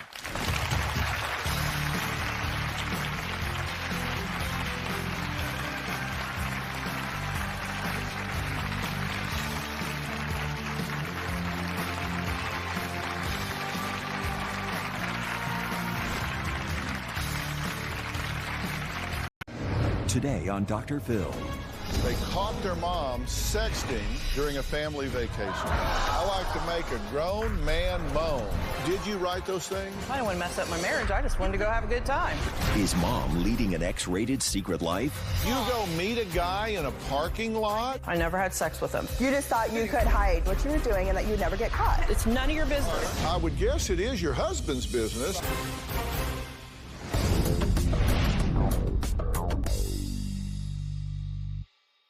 Well, it all started with a text response and 4 little letters. LOL, K. On the surface, it sounds pretty harmless, but those 4 small letters set off a spark of suspicion, which later led to questions of prostitution and defensive responses like these. I never had sex for money. I hid it from my children. Then there were secret email accounts, internet ads soliciting sex and bragging about it on text afterwards. Over 30 guys in 6 straight hours. It was crazy. Plus hundreds of investigative texts and emails like these full of questionable behavior and all obtained without the person's knowledge. At the center of this drama, a seemingly ordinary-looking suburban housewife and mother of 6. And heading up the investigation into her questionable behavior, her very own daughters. My mother, Kimberly, is such a liar that I don't even know who she is anymore. My mother is a psychotic manipulator. My mother has been caught having disgusting sex with random men off the internet. I refuse to be around my mother. I will not allow my child to be around my mother. I don't call her mom, I call her Kim. Well, Kimberly says her daughter's accusations are based on half-truths, misinformation, and mean motives. My daughters have done so many hurtful things to me. They've accused me of having an affair on my husband. They've accused me of solicitation for prostitution. They've accused me of taking my granddaughter out in public to meet strangers. And all these accusations are completely crazy and based on drama. I truly feel like if anyone is to blame for this family being so torn apart, it is Jackie and Brandy. Well, Kimberly's daughters say they don't know what to believe ever since they caught their mom sexting during a family vacation. I found the very first text message on my mom's phone from a guy that was asking her to find a vacant home that they could in, and her reply back was, LOL, okay. When I saw that text message, I was immediately disgusted. The text message was found on December 2nd. We went on our cruise on January 10th. Paid almost $10,000 for that cruise, 11 people. I'm pissed that Jackie and Brandy knew something was going on before they went on the cruise, and they went on it anyway. During our family cruise, my sister Hannah discovered several nude photos, both sent to my mom and photos that my mom sent of herself to multiple men. I was disgusted, I was mad, I was angry. It's not something you want to think that your mother would do. After the family cruise, we came home and Hannah got on the desktop computer. Hannah found multiple ads that my mom had posted. Hannah found an email of my mom prostituting herself out for motorcycles. And it says, "This is what I need, $3,000 to purchase a new or used bike, or if you're willing, just to get me a new one around $5,000 or less." Hannah also found several text messages to mass amounts of different men, to the point that it was hard for her and I to even keep up with. I was furious. Knowing what she did made me sick to my stomach, and I was disgusted she would do something like that. Well, Kimberly's daughter, Brandy, is here. Now, another of her daughters, Jackie, really wanted to be here today, but is too pregnant to travel. So she's joining us via Polycom. So let me welcome Jackie. Are you there? Yes, I'm here. Okay. Listen, you're part of this conversation, so speak right up at any time, just as though you were here. Okay. Now, Kimberly, let me start with you. You're a mother of 6. Yes. 4 girls, 2 boys. Suburban mom. Yeah. You still have 3 at home, right? Yeah, technically. Okay, well, Hannah 2 still and a lives at half. home. Yeah. One's kind of in and out, and the other 2 are underage, and they're at home. Right. Okay, and then you've got these other daughters that kind of happened onto something on your phone. Right. Right? Mm-hmm. And it was on your phone. Yes. It wasn't spam. That was you. Me You were on the phone. Yeah. And what was it that was found on the phone to start with? A text message from a guy saying, "I want you to find a vacant home that we can in." And my mom's response was, "LOL, okay." Okay, that was the LOLK. Okay, yeah. Yeah, laugh out loud. Okay. Because that's what I tell all of them when they ask me for that. All of them. Oh, yeah. And them would be? Anytime you're, I'm a real estate agent, and you get offers and questions like that all the time, and every time I say, yeah, sure, whatever. Really? Because I've bought and sold a lot of homes, and I never brought that up to a damn one of my agents. Have you met some of them and done that? No, never. No, you don't do that. No, never. I'm sorry? I said that's a lie. How do you know that? Have you seen this? Have you looked through the window and went, I have whoa? not. No, I did not look it through the window, but all of the text messages, and as a professional, why would you let somebody you're selling a house to write you a text message like that, and even responding to it is disgusting. Okay, so here's the thing. You believe that your mother is on the internet, going on to these sites, meeting up with men, and having sex for money. Yep, no doubt in my mind. So you're basically telling me my mom's a hooker. Yep. And Jackie, you agree? Yeah. I don't think that everything has been for money, but I do believe that she has been meeting up with men. I have to admit, I am the most non-judgmental person I've ever met. I mean, there may be others, but I'm kind of live and let live. Whatever you want to do, whatever floats your boat. I mean, it's none of their damn business. Well, I would guess it is your husband's business. I would think he would certainly have a stake. Right. There's 2 people I have to answer to, him and God. And he couldn't come, but he couldn't come because he couldn't hear the truth. That's what's the problem. Yeah. Where is he? He chose not to come. Why? He's so embarrassed by their actions, he will not come. He's embarrassed by their actions. Their actions. This was a family matter. It's okay with yours? This was a family matter that went between me and my husband, and they have taken it to their friends. I mean, here we are, Dr. Phil. You chose to come, though. You chose to come. Well, don't say that like something smells bad. She goes, here we are, Dr. Phil. She said she would do anything to fix the family. I did. I said I would do anything and go anywhere to fix it. So here I am. Here she is. So let's see what this is based on, because I want to see what we can agree with. I mean, you don't know what my opinion about this is going to be, but you're not going to have to guess at it when we're through. I can promise you that. These are things that were found on Kimberly's computer. I'm for real. I love to blank blank. And I can't say it, or FCC would have my hide, but you're describing a sex act there, right? I like to make a grown man moan, or at least give it my best try, smiley face.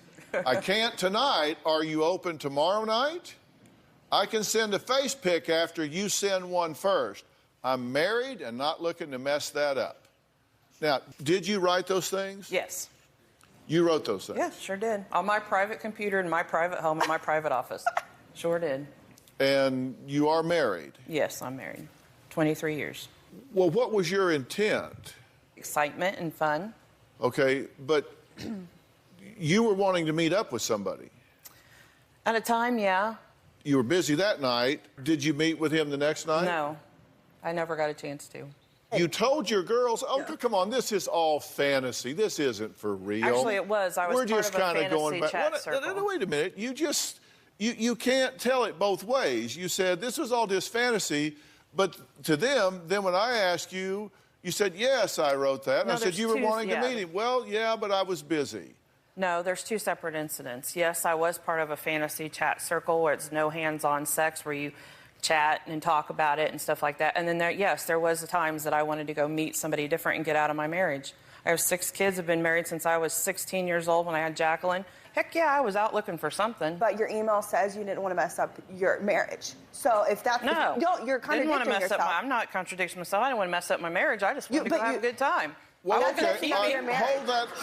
hold that thought. I wanted to go have a good time. Now, there's actually a dirt bike involved in all of this. Yes. And you're going to find out how after the break. These daughters admit to raiding Kimberly's email and sneaking into her phone, but they didn't stop there.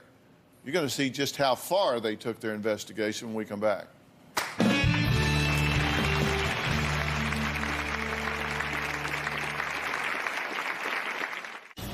My sister Hannah and I created an internet ad. So I pretended to be my mom and recorded a phone conversation with one man who actually sent us a picture of her face and his private parts. I want you to tell me what you can do for me. And later, How embarrassing is it to tell everyone that my mom was prostituting herself out? Like, who would I want to know that? well, Friends know, because that's apparently why- everybody in the United States and 57 foreign countries, because you're here. My mom, Kimberly, claims that she has only ever had mental affairs. It took my mom 3 days to come up with an excuse that this was all fantasized and it was just a fantasy chat room site. Here's another one who said, is that the craziest thing you've ever done sexually? And mom says, I would say yes. Over 30 guys for 6 straight hours, and it was crazy. Every time that we've confronted her, she claims nothing was actually reality. I think that she's full of crap. I do believe that my mother is a pathological liar. Well, Jackie and Brandy refuse to call their mother anything but Kimberly because they believe she's leading a secret sex life as a prostitute. As a result, they will no longer allow her around their children. Kimberly swears she is not having sex for money, but her daughter's suspicions led them to take their spying to a whole new level. My dad said he needed a smoking gun in order to prove that my mom was sleeping around with strange men.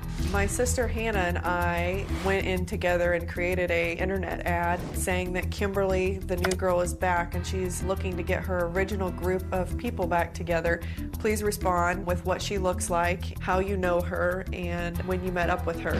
One man actually sent us a picture of her face and a picture of his private parts. He said that she drove a silver van and described that she had big curly blonde hair. So I then pretended to be her and recorded a phone conversation with this man. I want you to tell me what you can do for me. You know, what you did last time compared to what you're going to do this time. You want me to chase it to you or you tell you now? You can tell me now. When my mom heard the recording, she denied it all immediately, of course, and said that I must have hired someone to actually put on this act. And then after I told her how stupid she sounded, she claimed it must have been one of our friends or someone we knew. I feel like every time Kimberly opens her mouth, another lie comes out. Okay, look, here's the deal. You've got to be willing to tell the truth, because if you come in and tell me half a truth or a lie or no truth, then we don't get anywhere. Right. You've right. got to be willing to just come clean? I mean, hell, they can kill you, but they can't eat You know what? right? The truth isn't. They don't want the truth. When I've said the truth over and over, it's not that elaborate.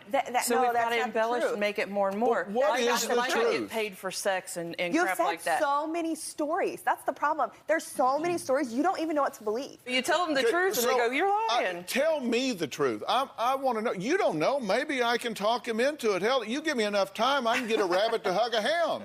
If you just give me time, what is it? What is the truth? I was bored to death. You know, the husband works all the time, never comes home. He goes out in the garage. I don't see him.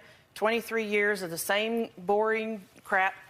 That's the truth. I looked for some excitement. I go out there. I tried to go and meet people. I couldn't do it. No. Not going to lie to you. Okay, wait a minute. That's a whole other thing. Which story do you want? I went on a fantasy chat live. What story? Fantasy chat thing. It's no hands-off sex. You just talk about it, you chat, whatever. So I thought that's a good way to do it. Then I don't have to have sex with somebody and screw up the whole thing, right? So that's what I did. But you didn't stop there, no, right? No, I didn't stop there. You did meet men. I met 3 men, yeah. And you did have sex? No, I never had sex with them. One guy I met, and he was about 400 pounds and not at all what his picture said. Jumped back in my little silver van and took off. The second guy I met in a parking lot, and he was even more disgusting than the first guy I met.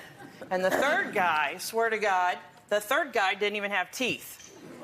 So after I went through all that drama and all that trying to hook up, right? I decided who are you talking to? Stupid this is. Who are you talking to? You're not running for election. Talk to me.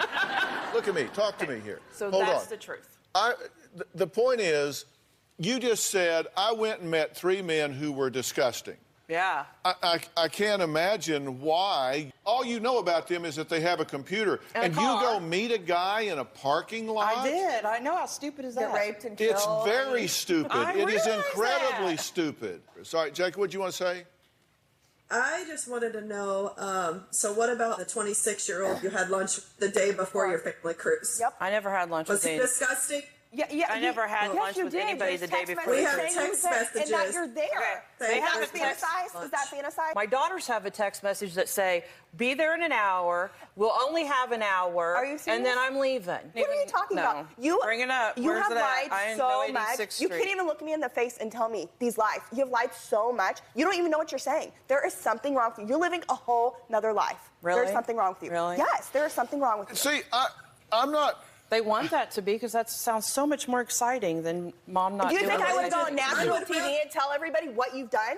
No. You already have, sweetheart. Yeah, You've because called and told everybody. I'm hoping Dr. Phil can get you to realize that you have destroyed this family, not Jackie and I have destroyed this family. I want the truth. And they're saying they have text messages where you say, okay, I'm going to meet you at this house. All right, I'm getting off the exit. I only have an hour. Hotel confirmation numbers.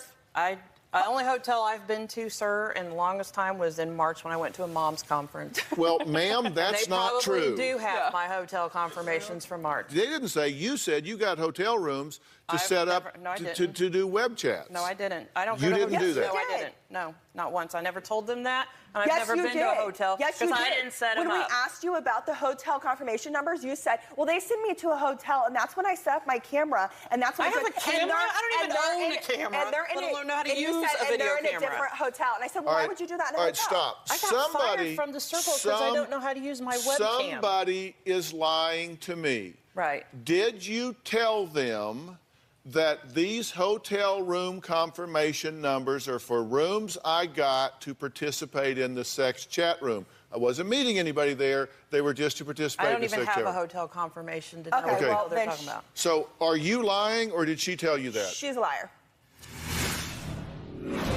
Even if I'm guilty of all of that, if I'm not every Tom, Dick, and Harry, it's Then you none of won't your have a business. family. Then you won't have a family.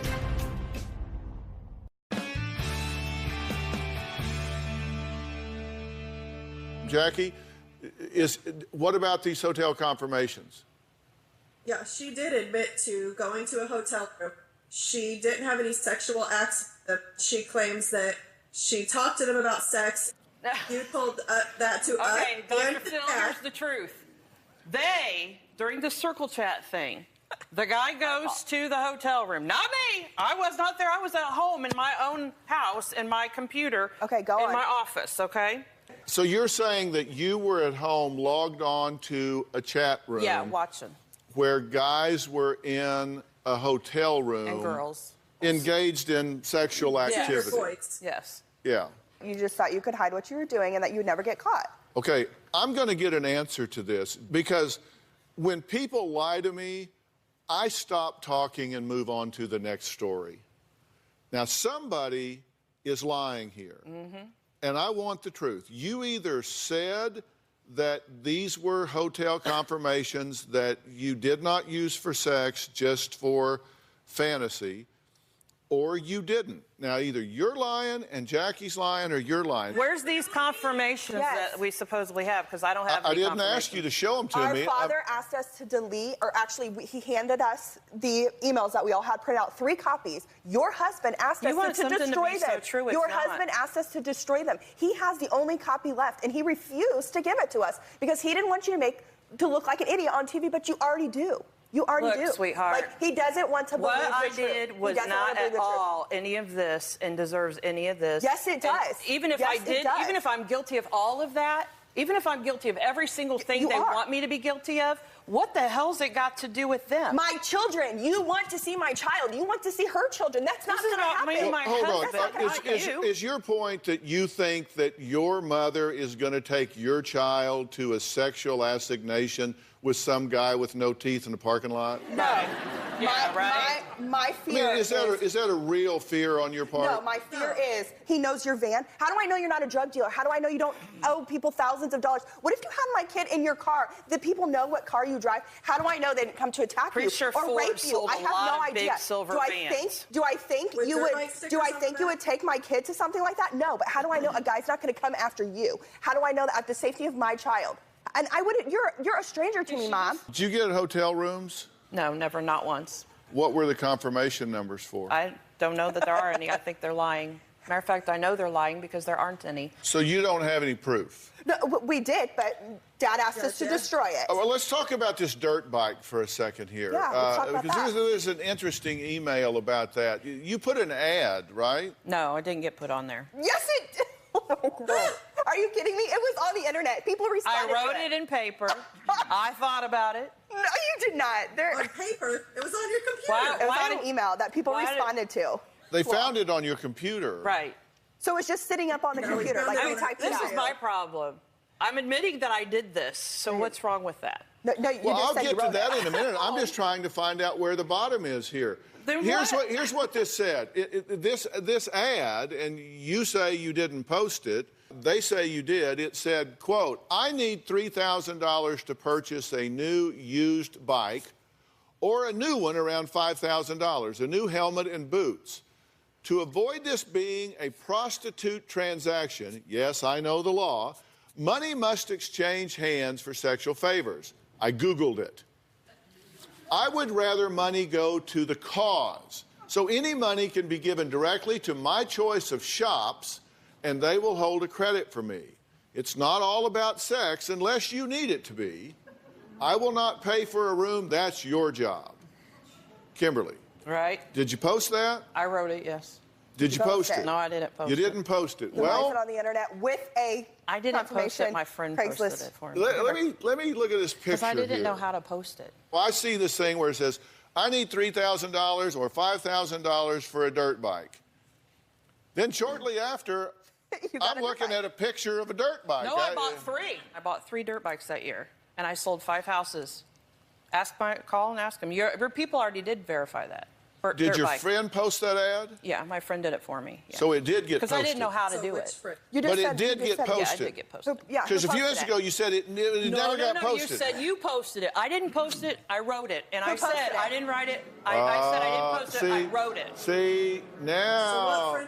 Okay. I want to know what friend posted it. I don't know Okay. how to. You're killing yourself now because, lady, that is a distinction without a difference. I want to know who this friend is. Because It's if none of your business. again, if my kid is with her and she's None of hanging your out with her business. friends that are letting her prostitute herself. Again, it's still none of your business. You are It is. 24 years old. You Yes, live in it your is. own home. You have your own kids. If you want me It's in none your of your life, business. if you want me If I'm in your not every Tom, Dick, and Harry, it's then none you of won't your have business. a family. Then you won't have a family. It's none of your business. Okay, well, if keep you doing want to that. live without your children, that's on your you. choice. Coming up, Kimberly says she doesn't think her daughters have been working alone. She thinks someone else is out to get her. We're going to find out who that is when we come back.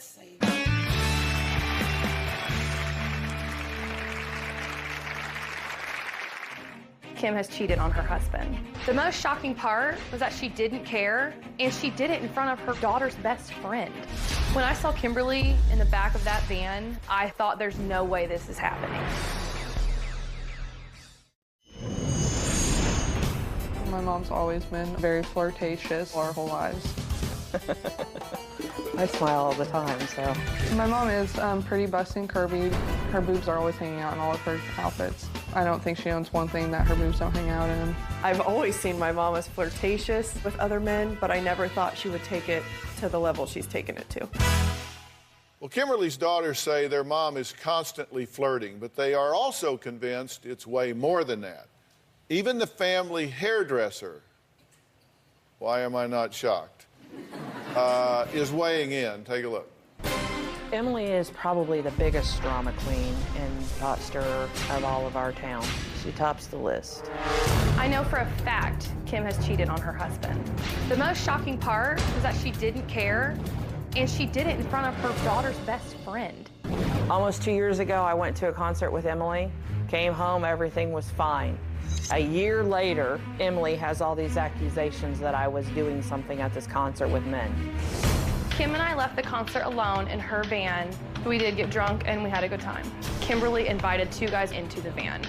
Girlfriend, those guys were all over me. I may be fat, but they were all over me.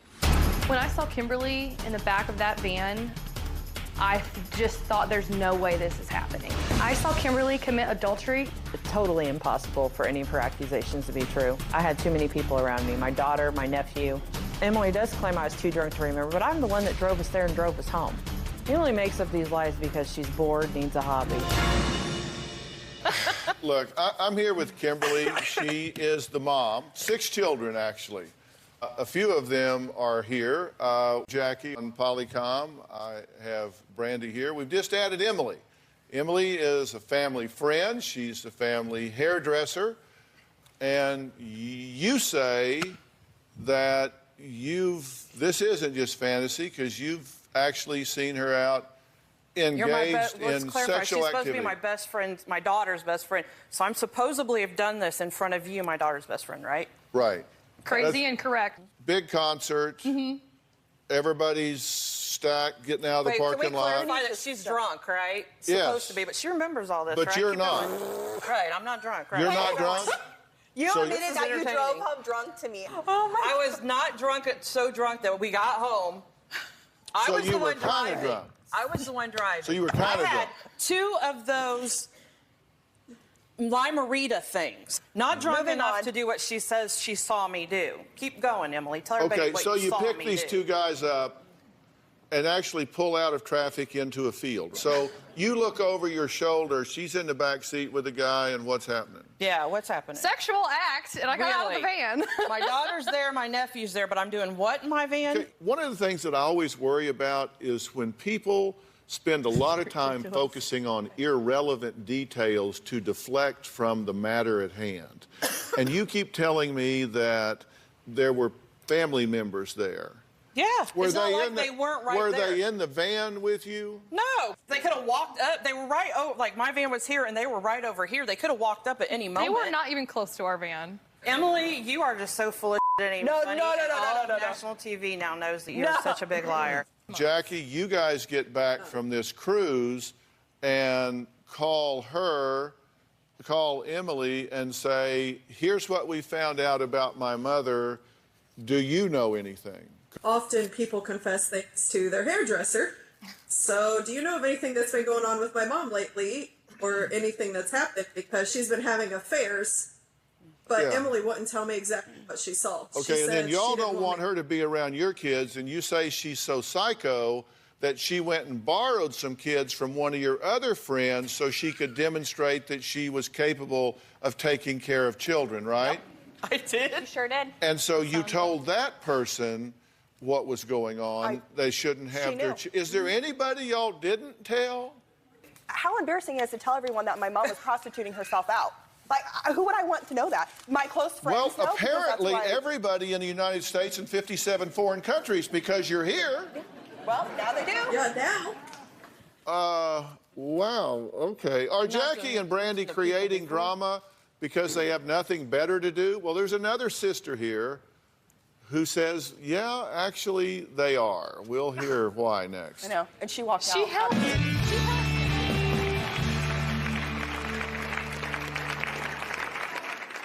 Jackie and Brandy are 2 bored housewives. Now she's the cornfield. Oh she's so dumb. My sisters definitely keep up a soap opera about the family. My family's always the first conversation that they have. Everything is always about my mom.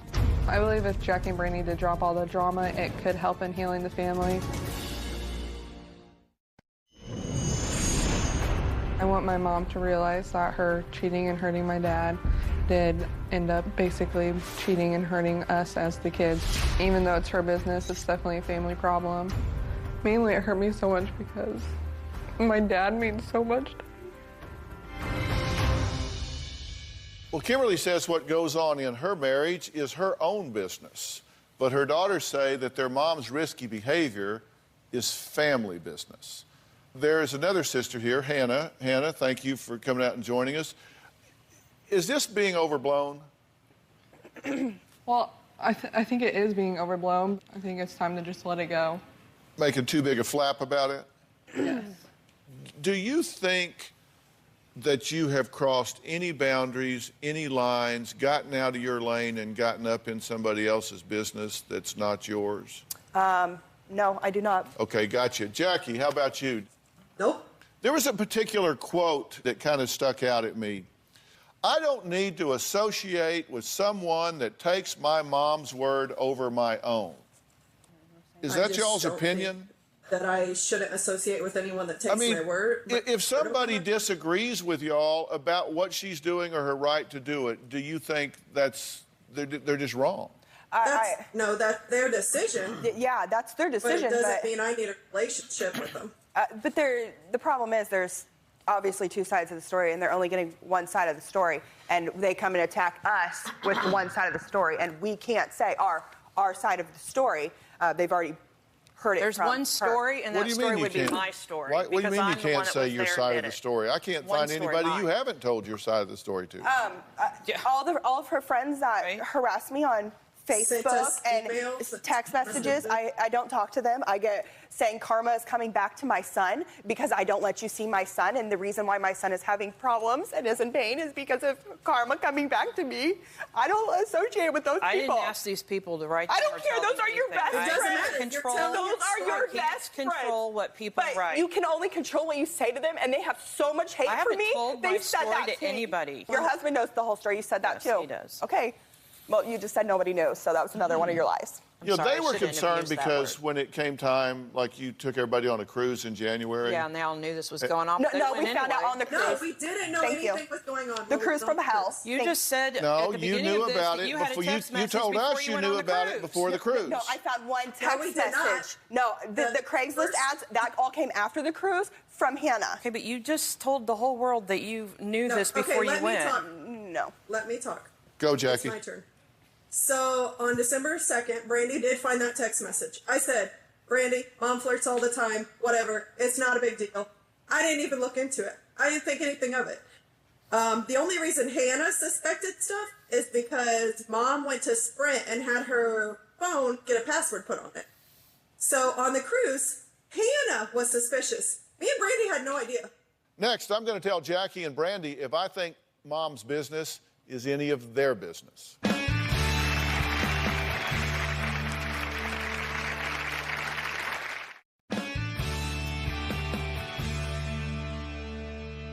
I'm going to declare executive privilege here, and I'm going to do a little talking. And our viewers are weighing in on this. I know you guys all have opinions as well. Tina M. Cummings at home says, these hens do too much pecking and not enough listening. They need to own their part in this mess. Love Being a Grana says, these daughters have way too much information about their mother's private life. Hashtag nosy daughters. At Fashion Swain says, Mom, you're putting yourself in danger by meeting strangers. Don't let your kids get a phone call. Hashtag nosy daughters. Look, I think you're lying about half of this. It's your opinion. Yeah, it is. I think you're lying about half of it. I don't think you need to lie about any of it. Lying, maybe that's too strong. I think you're spinning a lot of this. I'll put it that way. You don't have to answer to your daughters. No, I don't. I tell you, I got 2 sons. If they come over and start taking my inventory and tell me what I can do and can't do, it's going to be a short conversation. Not going to happen, because that's just not how it works. And you can do what you want to do. And you don't owe them explanations. That's the way I feel. And if my parents ever referenced anything about their sex life, I threw up and then put my fingers in my ears. I didn't want to hear it. And I'm sure they don't want to know about all of this. How this is okay with your husband, even remotely, I don't know. We both had issues in our marriage, and we both got to a point, but that's really none of their business. Well, that's exactly so we're both my guilty point. of certain things. That's exactly my point. The problem with kids opining on their parents' relationship is there's so much you don't know about what's going on in that relationship. There's so much you don't know, which works out okay because it isn't your business. It is not your business what your mother does. It is not your business. And if you want to hold your children hostage because you confabulate some theory that she's going to put them in harm's way with her behavior, then I think you're being histrionic and overdramatic. She certainly got you raised. She certainly got you raised. She certainly got you raised.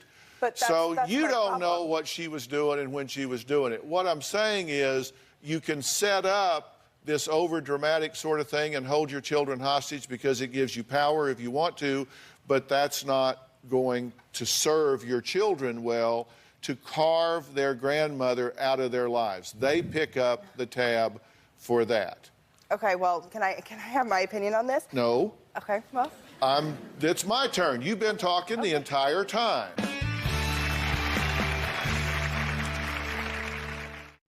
Just adult to adult, I am really concerned about your judgment and putting yourself in harm's way. If you meet people over the internet and then you go meet them in the real world, particularly somewhere private, like a parking lot in a car, that's just dumb. Well, this was all in October of I last don't year. I care. got brains since then. Okay, look, listen. I found a friend that I could actually confide in and spoke to. And so But Kimberly, in October listen, of last year, I've gotten brains since then. I do a lot of shows regarding the internet, and there are some weird cats Really, I met on a the few, I internet, know. and you don't want to be putting yourself in harm's way. Right. And if you're going out and meeting men, I had nobody or nowhere to go, and now I do, and that has been a huge blessing. What that I'm this has telling all come you- out because it's been good. well, I'm glad you consider it a blessing. What I'm telling you is this. You don't owe them an explanation, but you do owe yourself consideration. Do not degrade yourself by meeting men in parking lots. Do not degrade yourself by putting yourself out there. Do not disrespect your marriage and your family by turning away from your partner if you've got problems. Deal with that with him. And we are if now. that doesn't work out, then maybe it's time to shut that marriage down. That's another question for another day. But you won't find solutions by putting yourself in harm's way, degrading yourself, and who knows, their legitimate concern is that you cross a line and allow people to know where you are and where you live, and some crazy wacko comes over there while you're watching the children, and they are in harm's way. Right. And that's where they do have a legitimate Agreed. concern. You need to make sure they understand you get that and that you are not crossing those boundaries. You can get killed by dealing with these people on the internet, and you need to stop doing Right, that. that's why I did. Straight out. That's why I did. Not because they judge you, but because you're putting yourself in harm's way. When you're in a And do you marriage like agree that, with you what have I'm to. telling her? I totally agree. So I'm actually supporting a substantial part of your position, that if she blurs the boundaries, then family members, you, others, could be in harm's way. Don't like I do said, this that, was in and don't. October of last year, so and since do then. not degrade yourself by meeting strange people in a parking lot. I promise you that won't give you what you're looking for. If figured you're that out. bored, get a hobby. I figured it out. But your hobby I got a is dirt not bike. your hobby is not meeting weirdos in a parking lot. Because some I guy that will 100% come meet agree. a woman in a parking lot is not the And quality if anybody's man. watching that wants to do that, don't do it. Yeah, it's not worth it. Don't do it. Okay, save yourself before the world. Okay? I did. All I right. gave it up. We're out of time. I want to thank all of my guests today. If you're experiencing drama in your family or marriage, you can go to drphil.com for advice and hopefully some helpful resources. You have to respect people's right to be who they are, but that doesn't mean you can't tell them what you think. And I think everybody here knows what everybody else thinks. We'll see you next time.